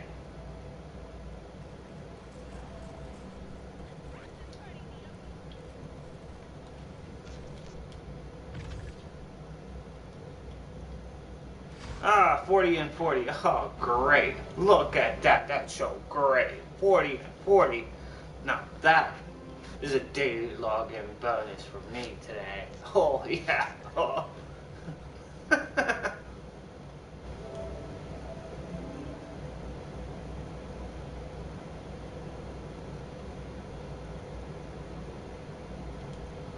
Cool. Cool, cool, cool. Okay, if said person hold on. If said person has the same emblem as me, I do have this one. Barracks emblem.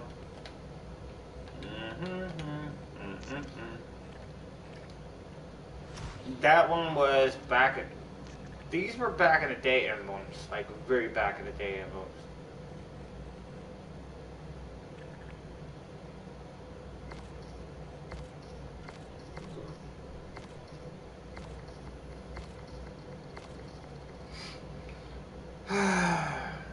Okay. Okay. I'll bite on that one. I mean, because that was just.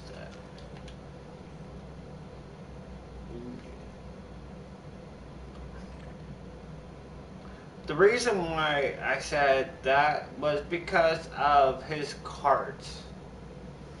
If you look at a card, how I got my card set up correctly as Space Layer, right? And he had Director's Cut.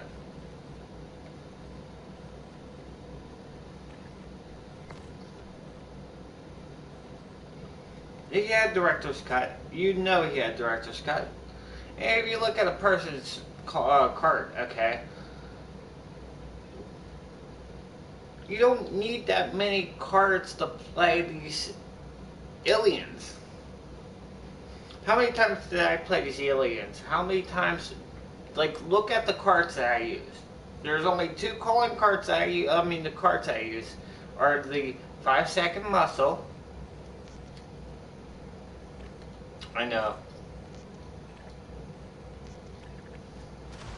Okay. Hold on. Load out. Faith and Fortune card. Okay. This one and this one. These are the only two cards I basically use when fighting the aliens. Best for last, 5-second muscle. Sometimes I don't even have to use them. Sometimes I quickly beat them down. Sometimes I have to use them. Basically, the 5-second muscle, I'll use first. Best for last, I'll use second.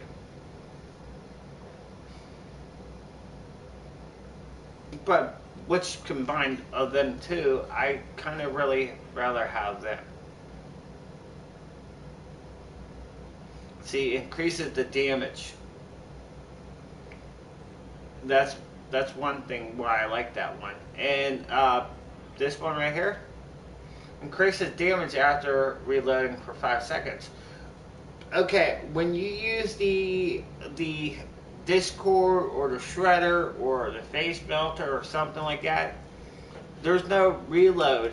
So when you're actually, it says reloading for 5 seconds, when you're zapping constantly over and over and over, that 5-second muscle just automatically works. And so it's auto. So it's kind of auto. That's exactly why I say, put them two cards on. These two cards right off the back. Put them on. That will help you.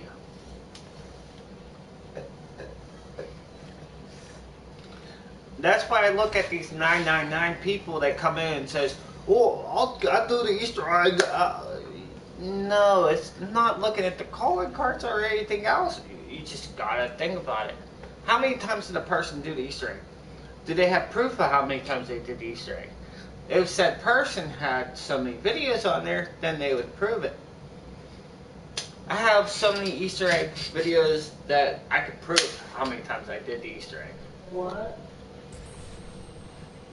This guy's probably like, what, wait, what? Whoa. My left hand. That's crazy. So someone actually XP'd guys out, right? Yep, someone XP'd guys out. They turn on everything. There's still people gotta do that, man. There's still people do that. That's a shame. What you guys need to do is block the person who came in, and usually you want to block them as much as you can, and just tell them the next time they come in here, like, tell them to get the hell out of here. Because usually you don't want to open up the doors. I mean, you guys would want the whole experience of opening up the doors to get the XP, but it was probably level 999 to open up the doors. Didn't need no XP. But at least, you know, if me, per se, if I came into a game at the very beginning, I would use a card called Socialist. That gives you 40% of what myself has in my hand. Alright. Think about that one. Comes in basement. Think about that one. Semicom is in basement. This kid just don't understand. He's like, yeah, whatever. So the difference is, you guys need to actually block the person. If said person comes in and opens up doors, you guys need to start speaking up and start saying things. Like, you guys need to actually speak up. I didn't open up the doors. I'm not going to go and open up doors. I don't do that. You guys see that.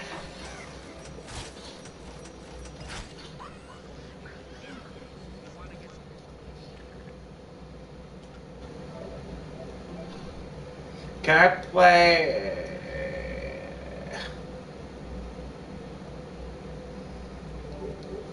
Why do you want to? I'm not good. Why do you want to? Why do you want to? I don't know. Like I said, if it came down to that, you know. Honestly, I'm realizing how many people actually come in and open up doors. Still.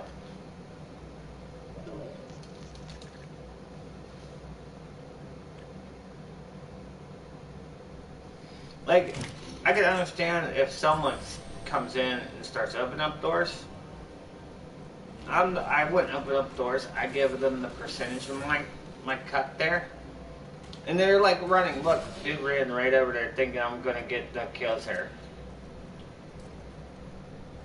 You can tell who's stingy on their kills right there. Look.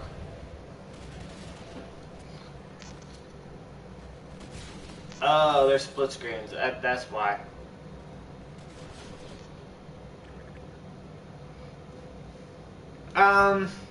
As of right now, I don't bring people to play to actually play in on here per se. The only time I have people come in here to play are people that I know that are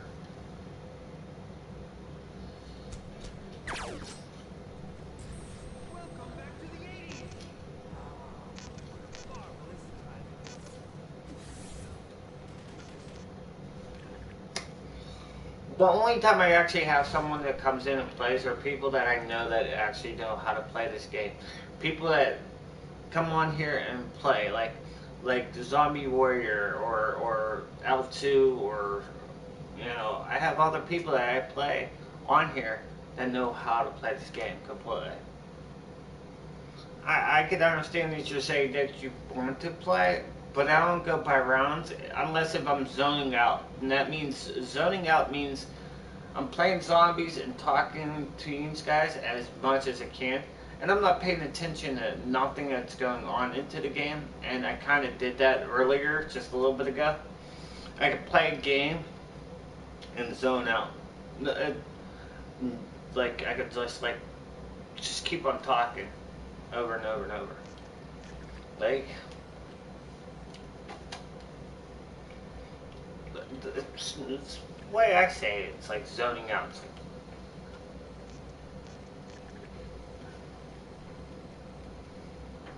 that's what I do at work. I kind of like zone out on work. Ah, look at this, a level 999. Maybe he's the one that's going to open up doors. Basically, a lot of people do hide their... Yeah. You still have... Wait, hold on. He still has a...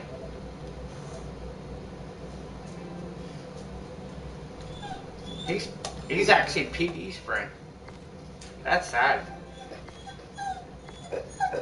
I don't even know why, like... I just don't understand it, though.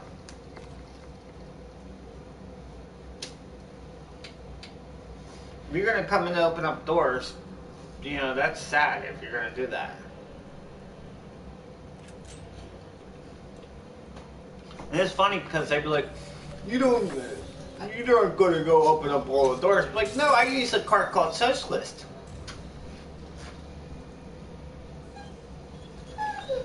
I'm not gonna go and open up doors because I don't need no XP. But then I'm gonna help them out if they need it. Go ahead, open up the doors. Because, you know, let's see. Oh, I get mad. Get angry. Get mad, get angry. Oh, yeah, you're already blocked on my list. Because I have you blocked.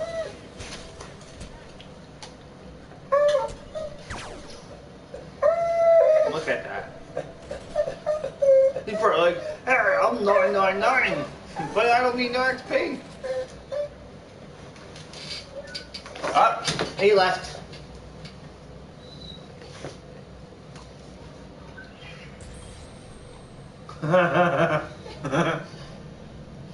No, that's funny.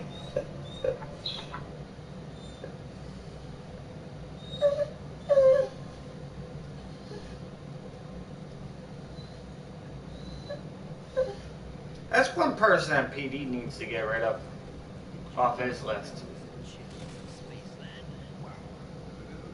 Like if you're gonna come in and open up doors, you have him on a friends list. Not even worth it to being your friend. They're just gonna come in and just start opening up doors, thinking like, oh yeah, you can't help them. Usually, you want to go through your friends list. If you have a friends list and you want to delete them, delete them. If you don't play with them, you don't play with them. Me, I don't care. I'll delete everybody on my friends list.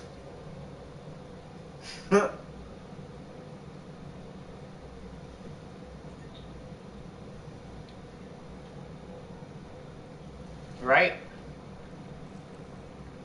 On my PlayStation list. That's the difference.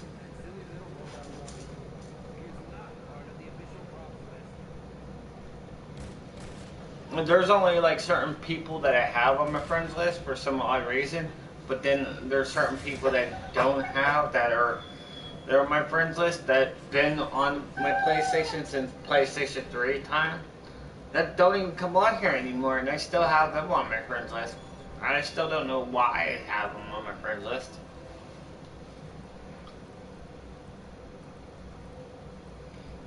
But I'm not accusing someone that's going to come in and open up doors. It's just you can see it right there the way they came in and start playing right off the back.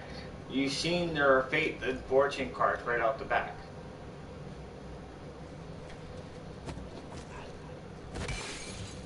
And then these people rely on doing the Easter egg and seeing these 999s coming in with director's cut. And they're like, yeah, we're going to do the Easter egg. I'm like, no, I don't do the Easter egg in public lobbies. If you guys need the Easter egg, you have to add me. And then I'll do the Easter egg. Then I'll crowd bring you in. And you'll be able to do it. But you don't have to do anything besides come in and grab it. As soon as they add me, they'll go off. They'll go off and say, yeah, Like the other day, I think it was Monday or Tuesday. I said, if you need Easter egg, add me. Dude stood there.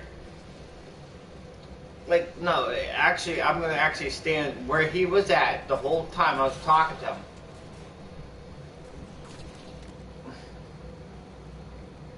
He stood right here at the Lost and Found. He stood there. I said, "Do you need the Easter egg?" He went, "Yeah, I need the Easter egg." I said, "Just add me." He stood there and went, "How do you add people?" I was like, "Just go on your friends list and add people. Like, you put my name in there and add."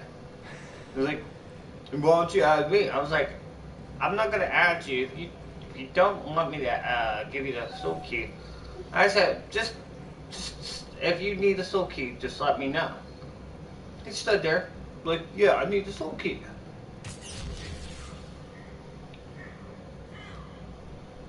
I said, "How long are you gonna be on?" "I'll be on all night. I'll be here." I'm like, "Okay." And I'm sitting there like, yeah, this person is gonna be on here for another 40 minutes. As soon as I do the Easter egg,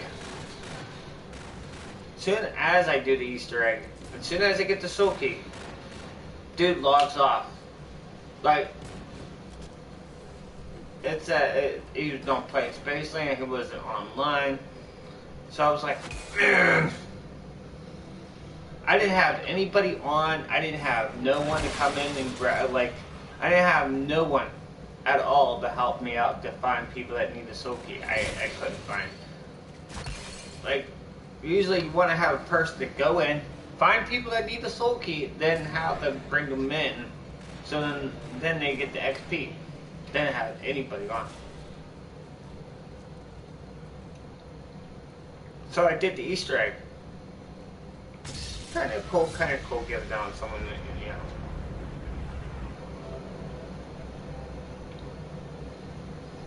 Advice to go to a public park. I need help doing EE for David Hasselhoff. I try to go on high runs. I don't go for the EE. Oh, you need help on the EE? You need help on the EE. Well, then you know my name, right? Right there, DJ Blue Eyes. If you can't add it, then there's a reason why I probably blocked ya.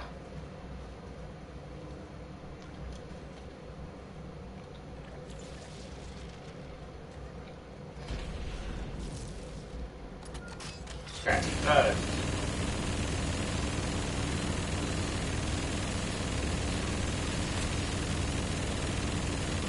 So if you need help with the EE, or you want to become David Hasselhoff, and I always tell people like that, I say, if you need help, add me as a friend. If you have PlayStation, you have to be on PlayStation. I know I've been saying that, but you might be selling me.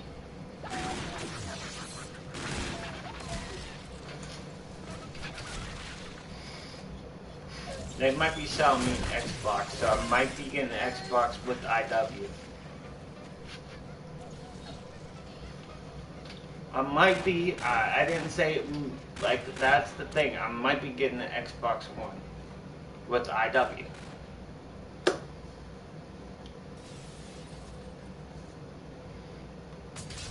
That's the difference. I might be.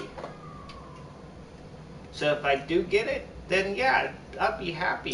And then I could multitask and do all that other stuff.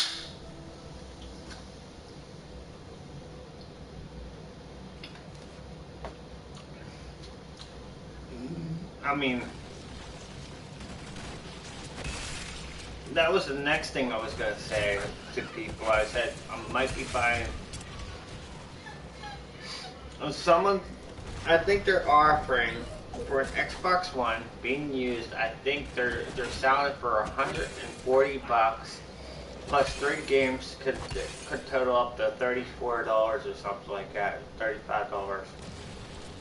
And no, these have the disc on them. They're not digital. I don't trust. If they said digital on it, I'd be like, nope, not buying it on digital. Because one, you don't want to buy anything. If someone's selling you an Xbox or a PlayStation and they say, oh, all my games are on digital, and I'll give you the digital ones for $20 or something.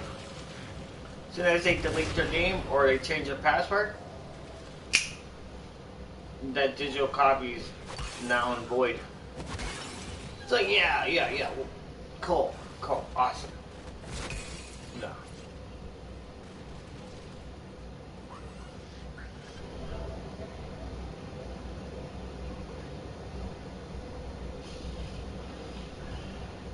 Um, DJ Blue Eyes. That. Wow. Come on. That stupid box. It's right there.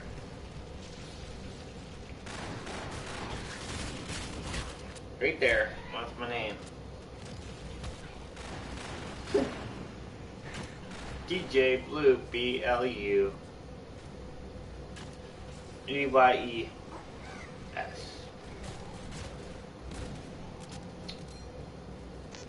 BLU eyes. Blue eyes, you know. Don't.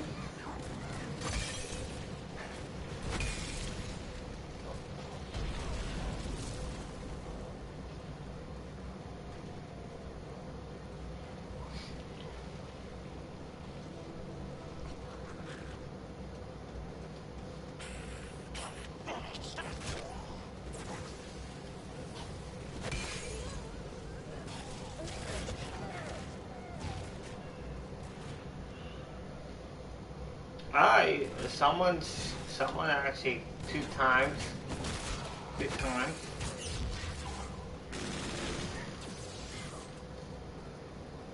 Is that you? What's your PlayStation name? So then I know that it's you. Just give me the first like 2 words. First like you don't have to say the whole name. Just say.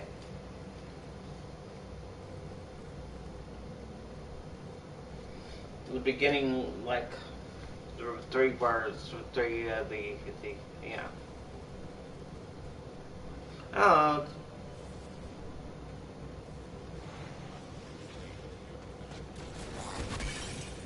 David Hasselhoff. You want David Hasselhoff? David Hasselhoff. I think Lisa Simpson.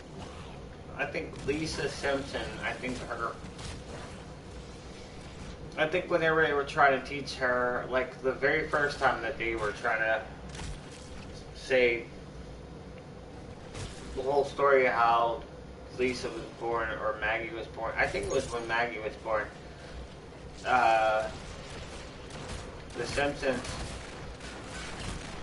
Lisa was trying to talk, and she was talking, and they were talking about Maggie's first words, and she couldn't say. She said "mom." She said "mom," and then she was like, and then she kept on saying David Hasselhoff. So I was like, that comes to mind all the time when someone says David Hasselhoff. That episode. I think that's the only episode. I think that was the only episode Liz Taylor. I think this was Liz Taylor said something at the very end of the show.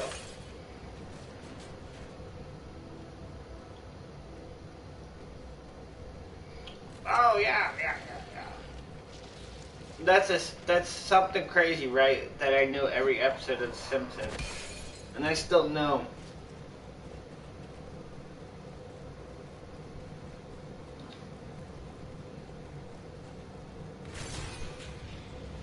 Like I could tell you every episode of The Simpsons. I could tell you every episode of South Park. I could tell you every episode of like any like I say this all the time. For some odd reason, I'm like the human TV kind of like I can tell you everything that happened.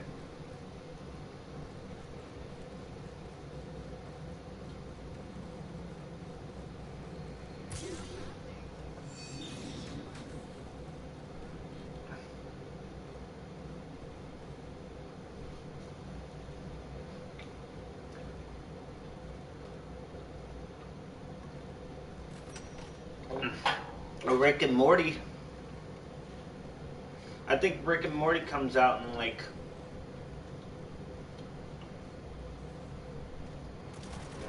what is it?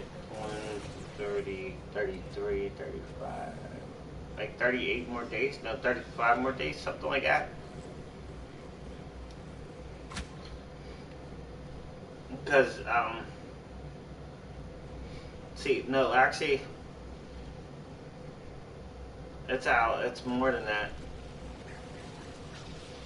30, 34, 35, and then the rest of this month, plus October, and 4 days in November. I think Rick and Morty come out November 4th. I think it comes out November 4th. I'm not very positive. That's a show. That's a show that needs to stay on. You know, like I don't understand how dumb these networks are these days. Back in the day. Okay. The Cartoon Network has people watching a show. Okay, it has like a whole bunch of people watching the show. And they really there's like a fan base over fan base over fan base. And you got Rick and Morty. Okay, you got Rick and Morty, the biggest TV show in cartoon history right now. And they sit there and like, yeah, this is awesome. Cartoon Network having that. I love Rick and Morty because of how they do their cartoon. It's just weird, and it's just the way whoever writes the stories. It's not like, okay, out of the blue pickle Rick or something like that. No, it's just how they brought the show up. If you watch the very first season, how the grandfather was just so weird, strange, but he was a scientist, and then he started running off, and he was getting chased down. And in the second season, he was captured, and then the third season, such and such and such. I kind of like that.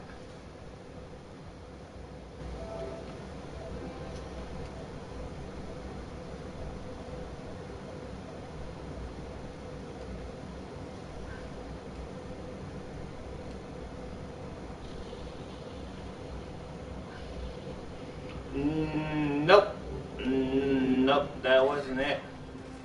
See, that's the difference. I told you what's your screen name for PlayStation. You didn't tell me what your screen name for PlayStation was.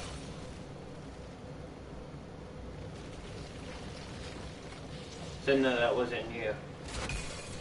Someone added me after when I told you to add me on the PlayStation. You were like, yeah, that's it.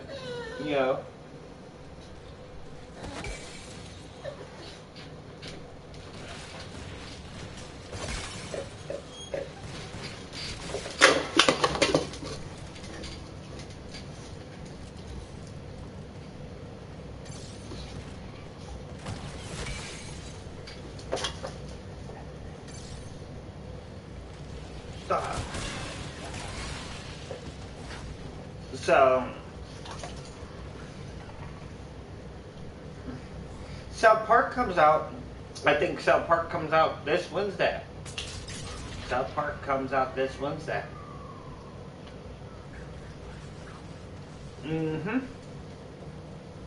So if you guys want to know when South Park comes out, Wednesday.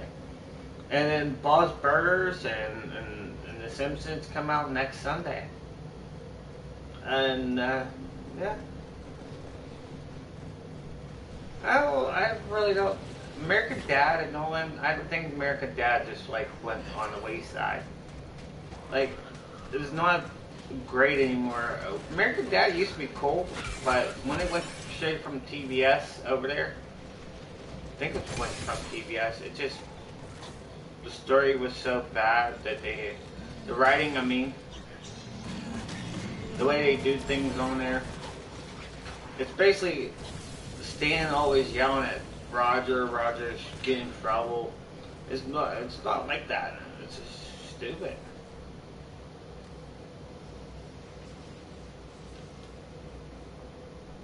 I think it was just so crazy on that one.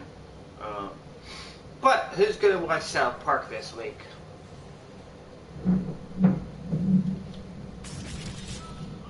I don't think anybody's going to really watch South Park, right?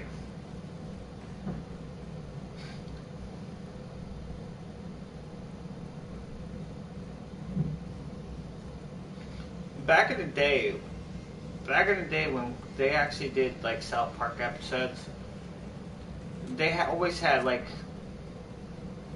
the same characters come on there, like Mr. Garrison or what's the other one? They never really made fun of like stuff out there, but then they started portioning everything where they tried to make it towards where they're making fun of everything out there in the nation, but it's not funny.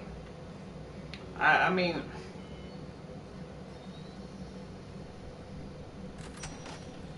like the iPad episode where Cartman was trying to get the iPad and everyone had the iPad and he didn't have the iPad and his mom was saying, "But Mom, everyone got an iPad, but not me." I think almost every episode included from like, you know, who was poor and ripping on Kenny because he was poor and everything else. I just don't think that's funny anymore. I didn't. I liked whenever they made fun of like Mrs. Crabtree. Was it Mrs. Crabtree, the bus driver? They had that, the chef. When they had chef on there, different things like that.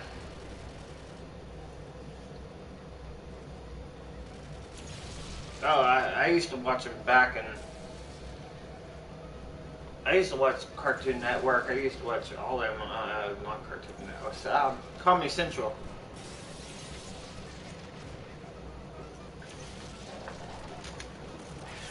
Back in the 90s.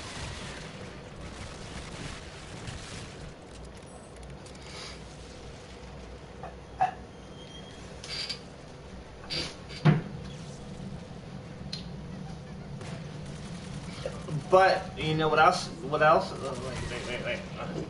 You know what other show that I'm really hyped up? I know it's not the greatest part to like point to it, but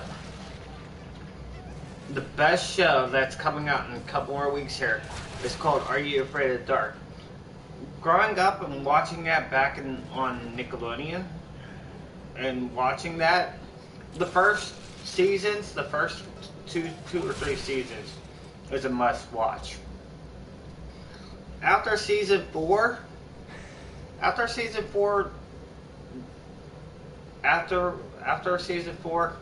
don't watch it. Are You Afraid of the Dark after season 4 was just a complete, you know, unless you really think that it's a good show, which is not a good show after season 4.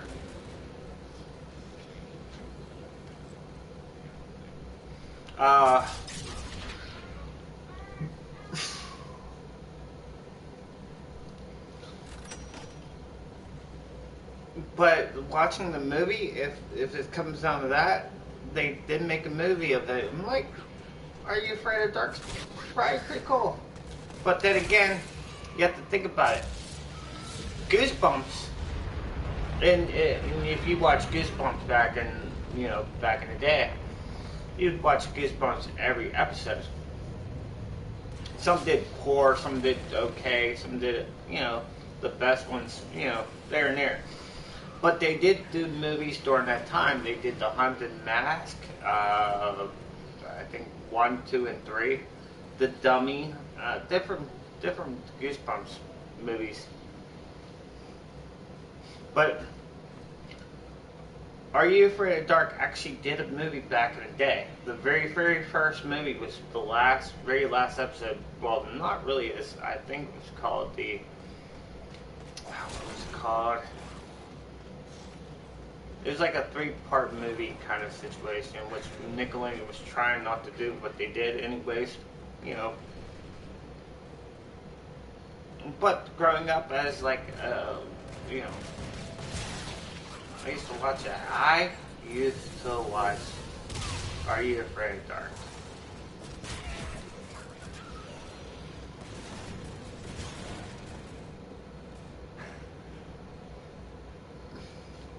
I used to watch that and then flip on to, because, okay, Are You Afraid of Dark used to come on at 9:30. And then 10 o'clock I used to watch, it was called Weird Science, the TV show.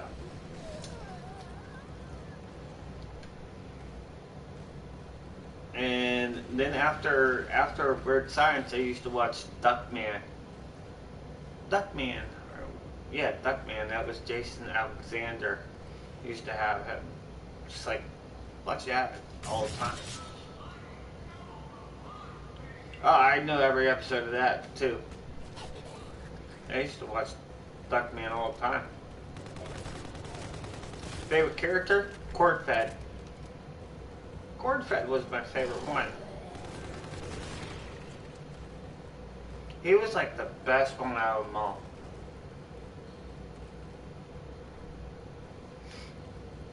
The Duck Detective. But, anyways.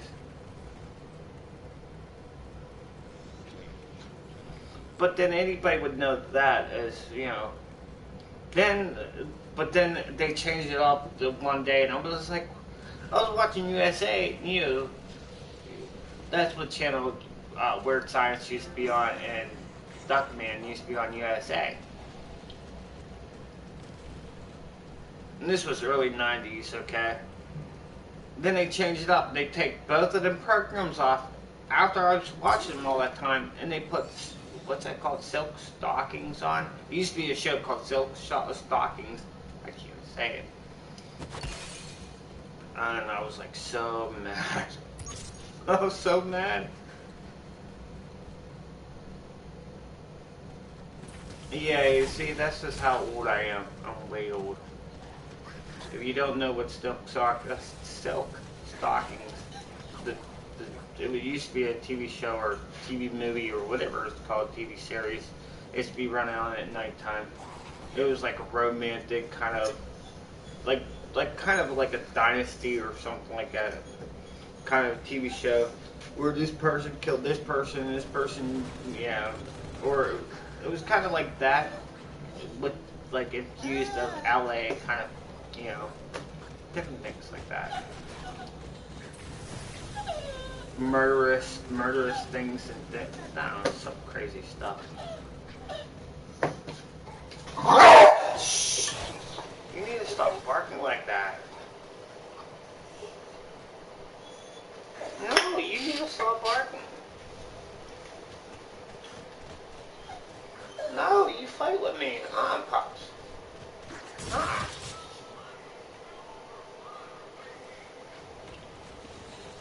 So then again, you'd be like, oh, I remember Duckman. Not that many people don't remember Duckman. Duckman was on, like, I think 93, 94.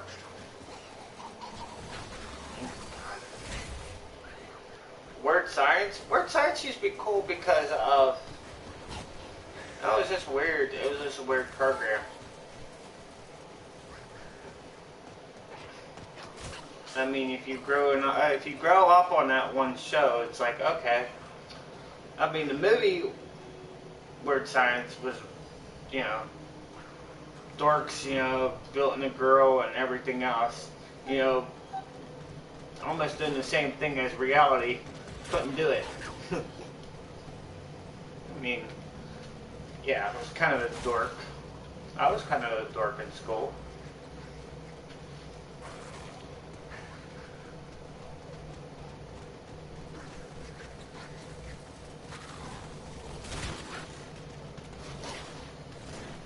But, I don't know, that's the way it was. TV was TV back in the day. Didn't have that many channels like now. See, the difference is, okay, you gotta think about it. See, my cable box, the cable box that I own, only went from 99, okay? There was only 99 channels, and it didn't hit 100 channels. It didn't have over 1,000 channels like it is now. Like, you go to the cable box that hit 1843. Channel 18, it wasn't like that back in the day. Back in the day, you had most of the channels from 1 all the way to like 60, I think 65. And after 65, it was basically all pay-per-view or preview channels after that, from 65 to 99. And I mean, some areas, some locations would have like channels in there from their network there. But you used to have like pay-per-view at like 70s and 80s and somewhere around there on those channels. And it was just crazy because now you look at technology, you have channel from 3, 4, 5, 6, 7, 8, 9, 10. No one really goes to those channels anymore. Everyone stays up to 100, 200, 300, 400, 500, 600. I mean, look on your cable box. I bet you, if you have a cable box, I bet you you're at 500 or 400 or 600. But if you look at back whenever you were in 1990s and even 2000s, you're like thinking, you know, in that one area right there. You weren't thinking most, not the percentage of probably had it more on MTV than anything else. It's basically because of MTV had like TRL and music, and it has, if you had teenagers in your house, it was basically just, you know, MTV or VH1, or now it's, I don't think anybody really watches MTV that much.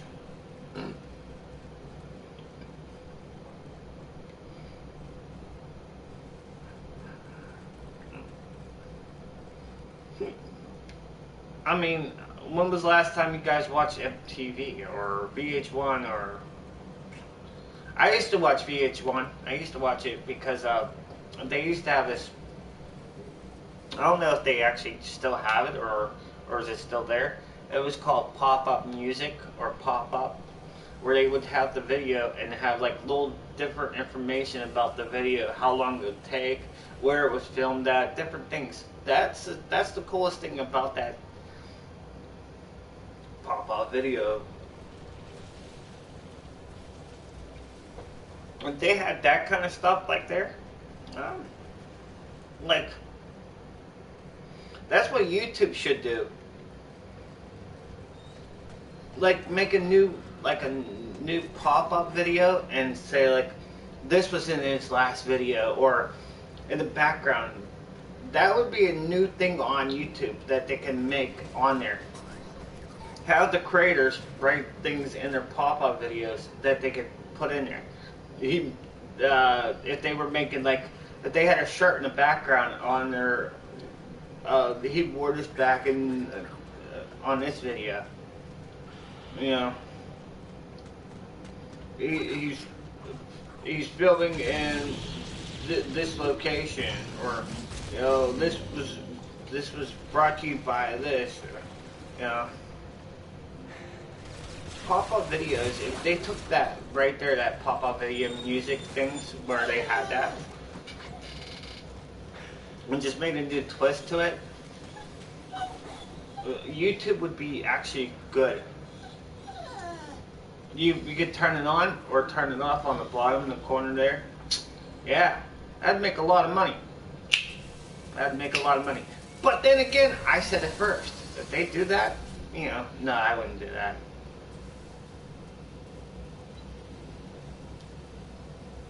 I just like made an idea.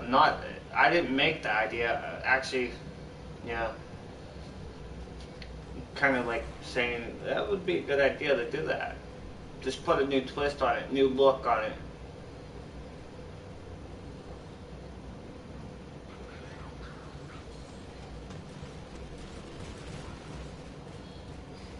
You could actually do it. VH1 could probably say, hey, you know, if you do this, do this, do this. We'll sell you the rights for it and all that. And then they could do giveaways and things like that on like, if you watch this video, there's this simple like hidden word in between there, different things like that. That's been awesome.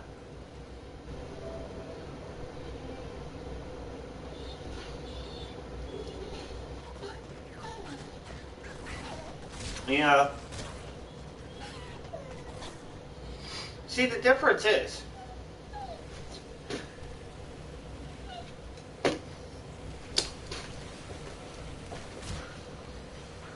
the daytime Emmys are on right now.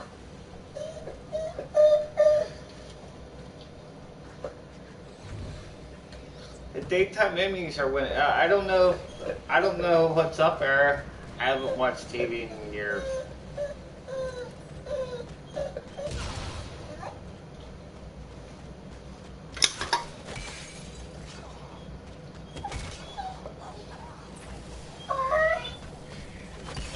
And if more than likely,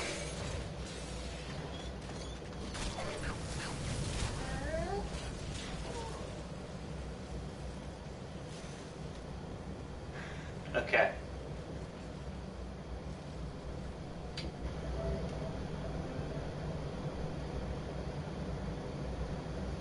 Bruh. Oh, okay. Okay, I see what your name is. Okay, cool. Oh, I just need to know your name, man. Like I said, I see you said, check the chat, man, bro. Check the chat. I see your name. I was making sure that was you.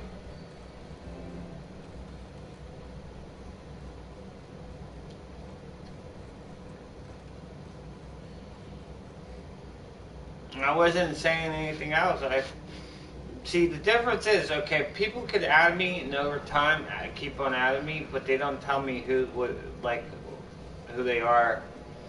Right now, I have 263 requests on my thing that I don't know where they became or how they became. They don't tell me if they see me in a chat. They don't say, like, there's an option area, like, I have to actually say it now.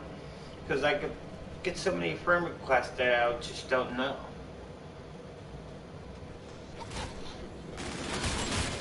I mean, if it comes down to that and saying someone's going to come in and say, hey, I used to come in there and say, hey, you guys need a Easter egg, just add me as a friend. Okay.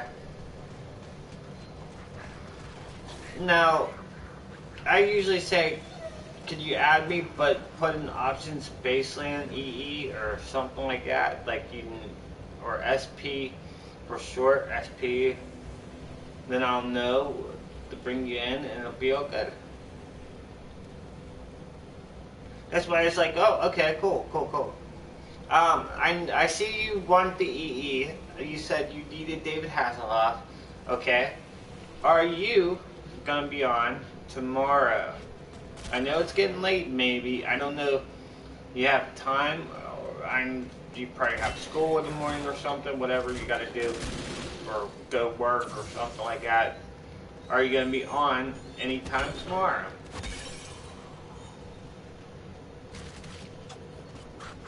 I don't have, okay, I have 3 people that want shuffle. I have 3 people that need shuffle, so I might be doing that tomorrow. Okay, this one person keeps on saying, oh, I want shuffle, but then as soon as they get shuffle, they're like, oh, okay, I don't need it. But then the other day they messaged me and said, can you do shuffle for me? I'm like, okay. And he's like, that's the last one. I'll get the Easter egg. I'll get director's cut. I'm like, okay, cool. I'll get you. Are you gonna be on Monday? He said, yeah, I'll be on Monday. I said, what time? He said, well, okay, about 5 o'clock, 6 o'clock in the afternoon. I said, that's afternoon? And I said, he was like, yeah, it's 5 o'clock. So if you want the EE, for Spaceland. I'm gonna do 2 runs of Spaceland tomorrow afternoon before I do the hell. I'm gonna do 2 Spaceland EEs. Okay, this is gonna be crazy. Okay.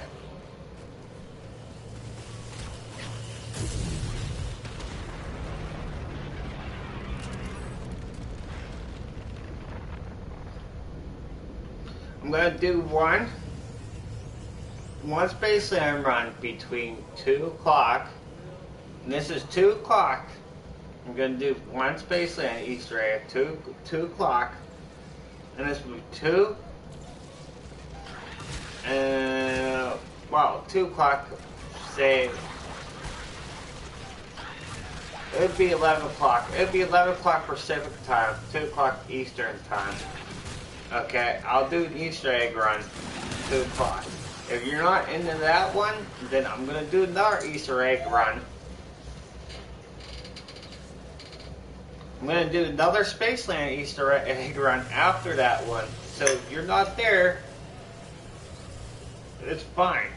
And then I'm going to do another one at the end. As soon as I do, I'm going to do, what I'm going to do is, what the heck are you doing? I'm gonna do Spaceland, Shuffle, Spaceland.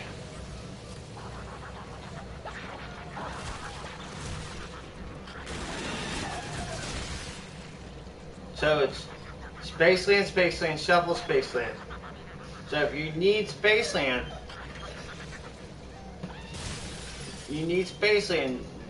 then I'll do it tomorrow. I'm gonna try to grab a couple more people that need Spaceland. But if you need Spaceland,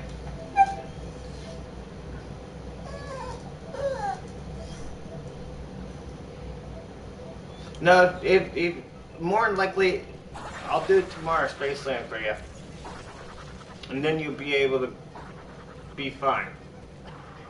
Because if you got 1 hour, I would have to find one more person for the Spaceland.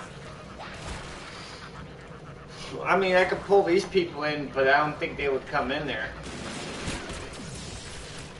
And it could take up to 40 minutes, it could take up to an hour at least, because of the boombox. If the boombox is downstairs, I usually want the boombox up here.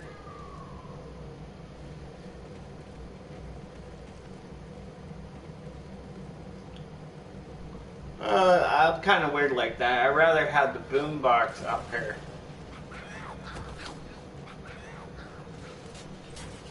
I'd rather have it right there or up there. But like I said, tomorrow, be on. I will have the EE.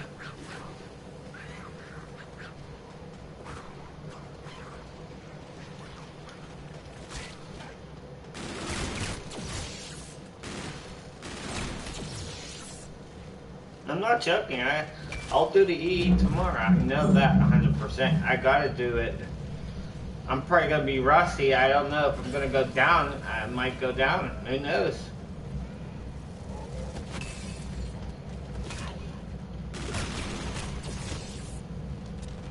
No, I don't think.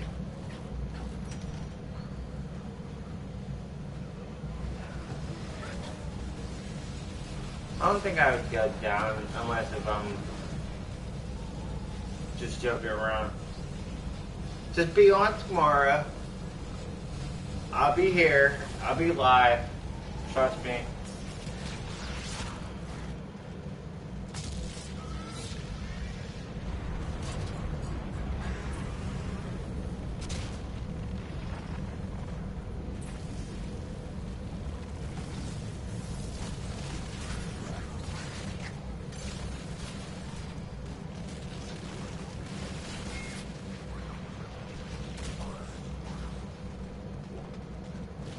They all go down, I'm dying out too.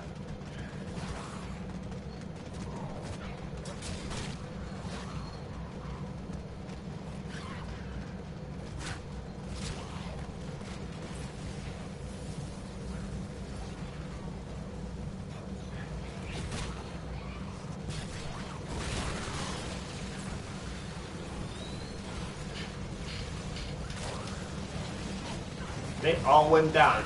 I'm dying. I said script. I'm dying. I came in last place.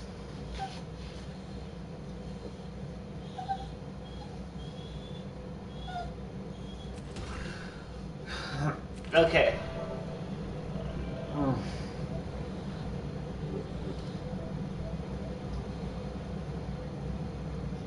Can we do a little placeless session tonight?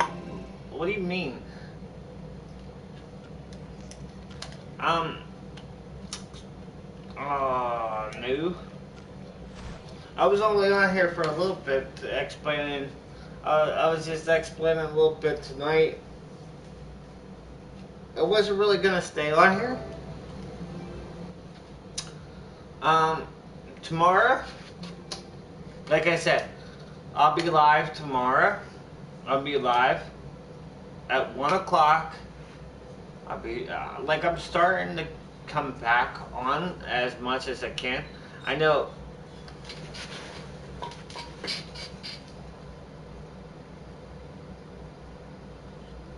I'm gonna be live. I'm gonna start becoming live. I'm gonna go live.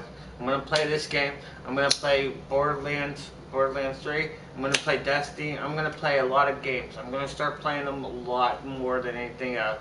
Like I'm gonna go to retro games. I know I'm gonna go to retro games, but I'll be back on tomorrow at 2 o'clock.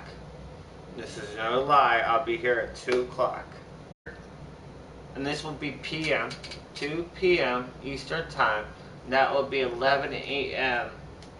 Pacific Time, PT. Pacific Time. I'll be on.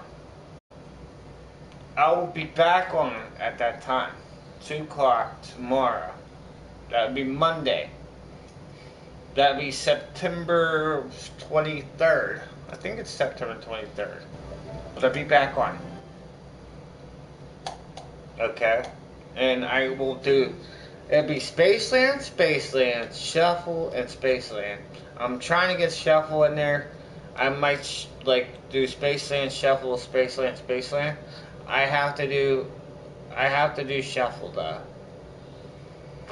So, I might even speedrun Shuffle. I might do like a speedrun on it. Who knows?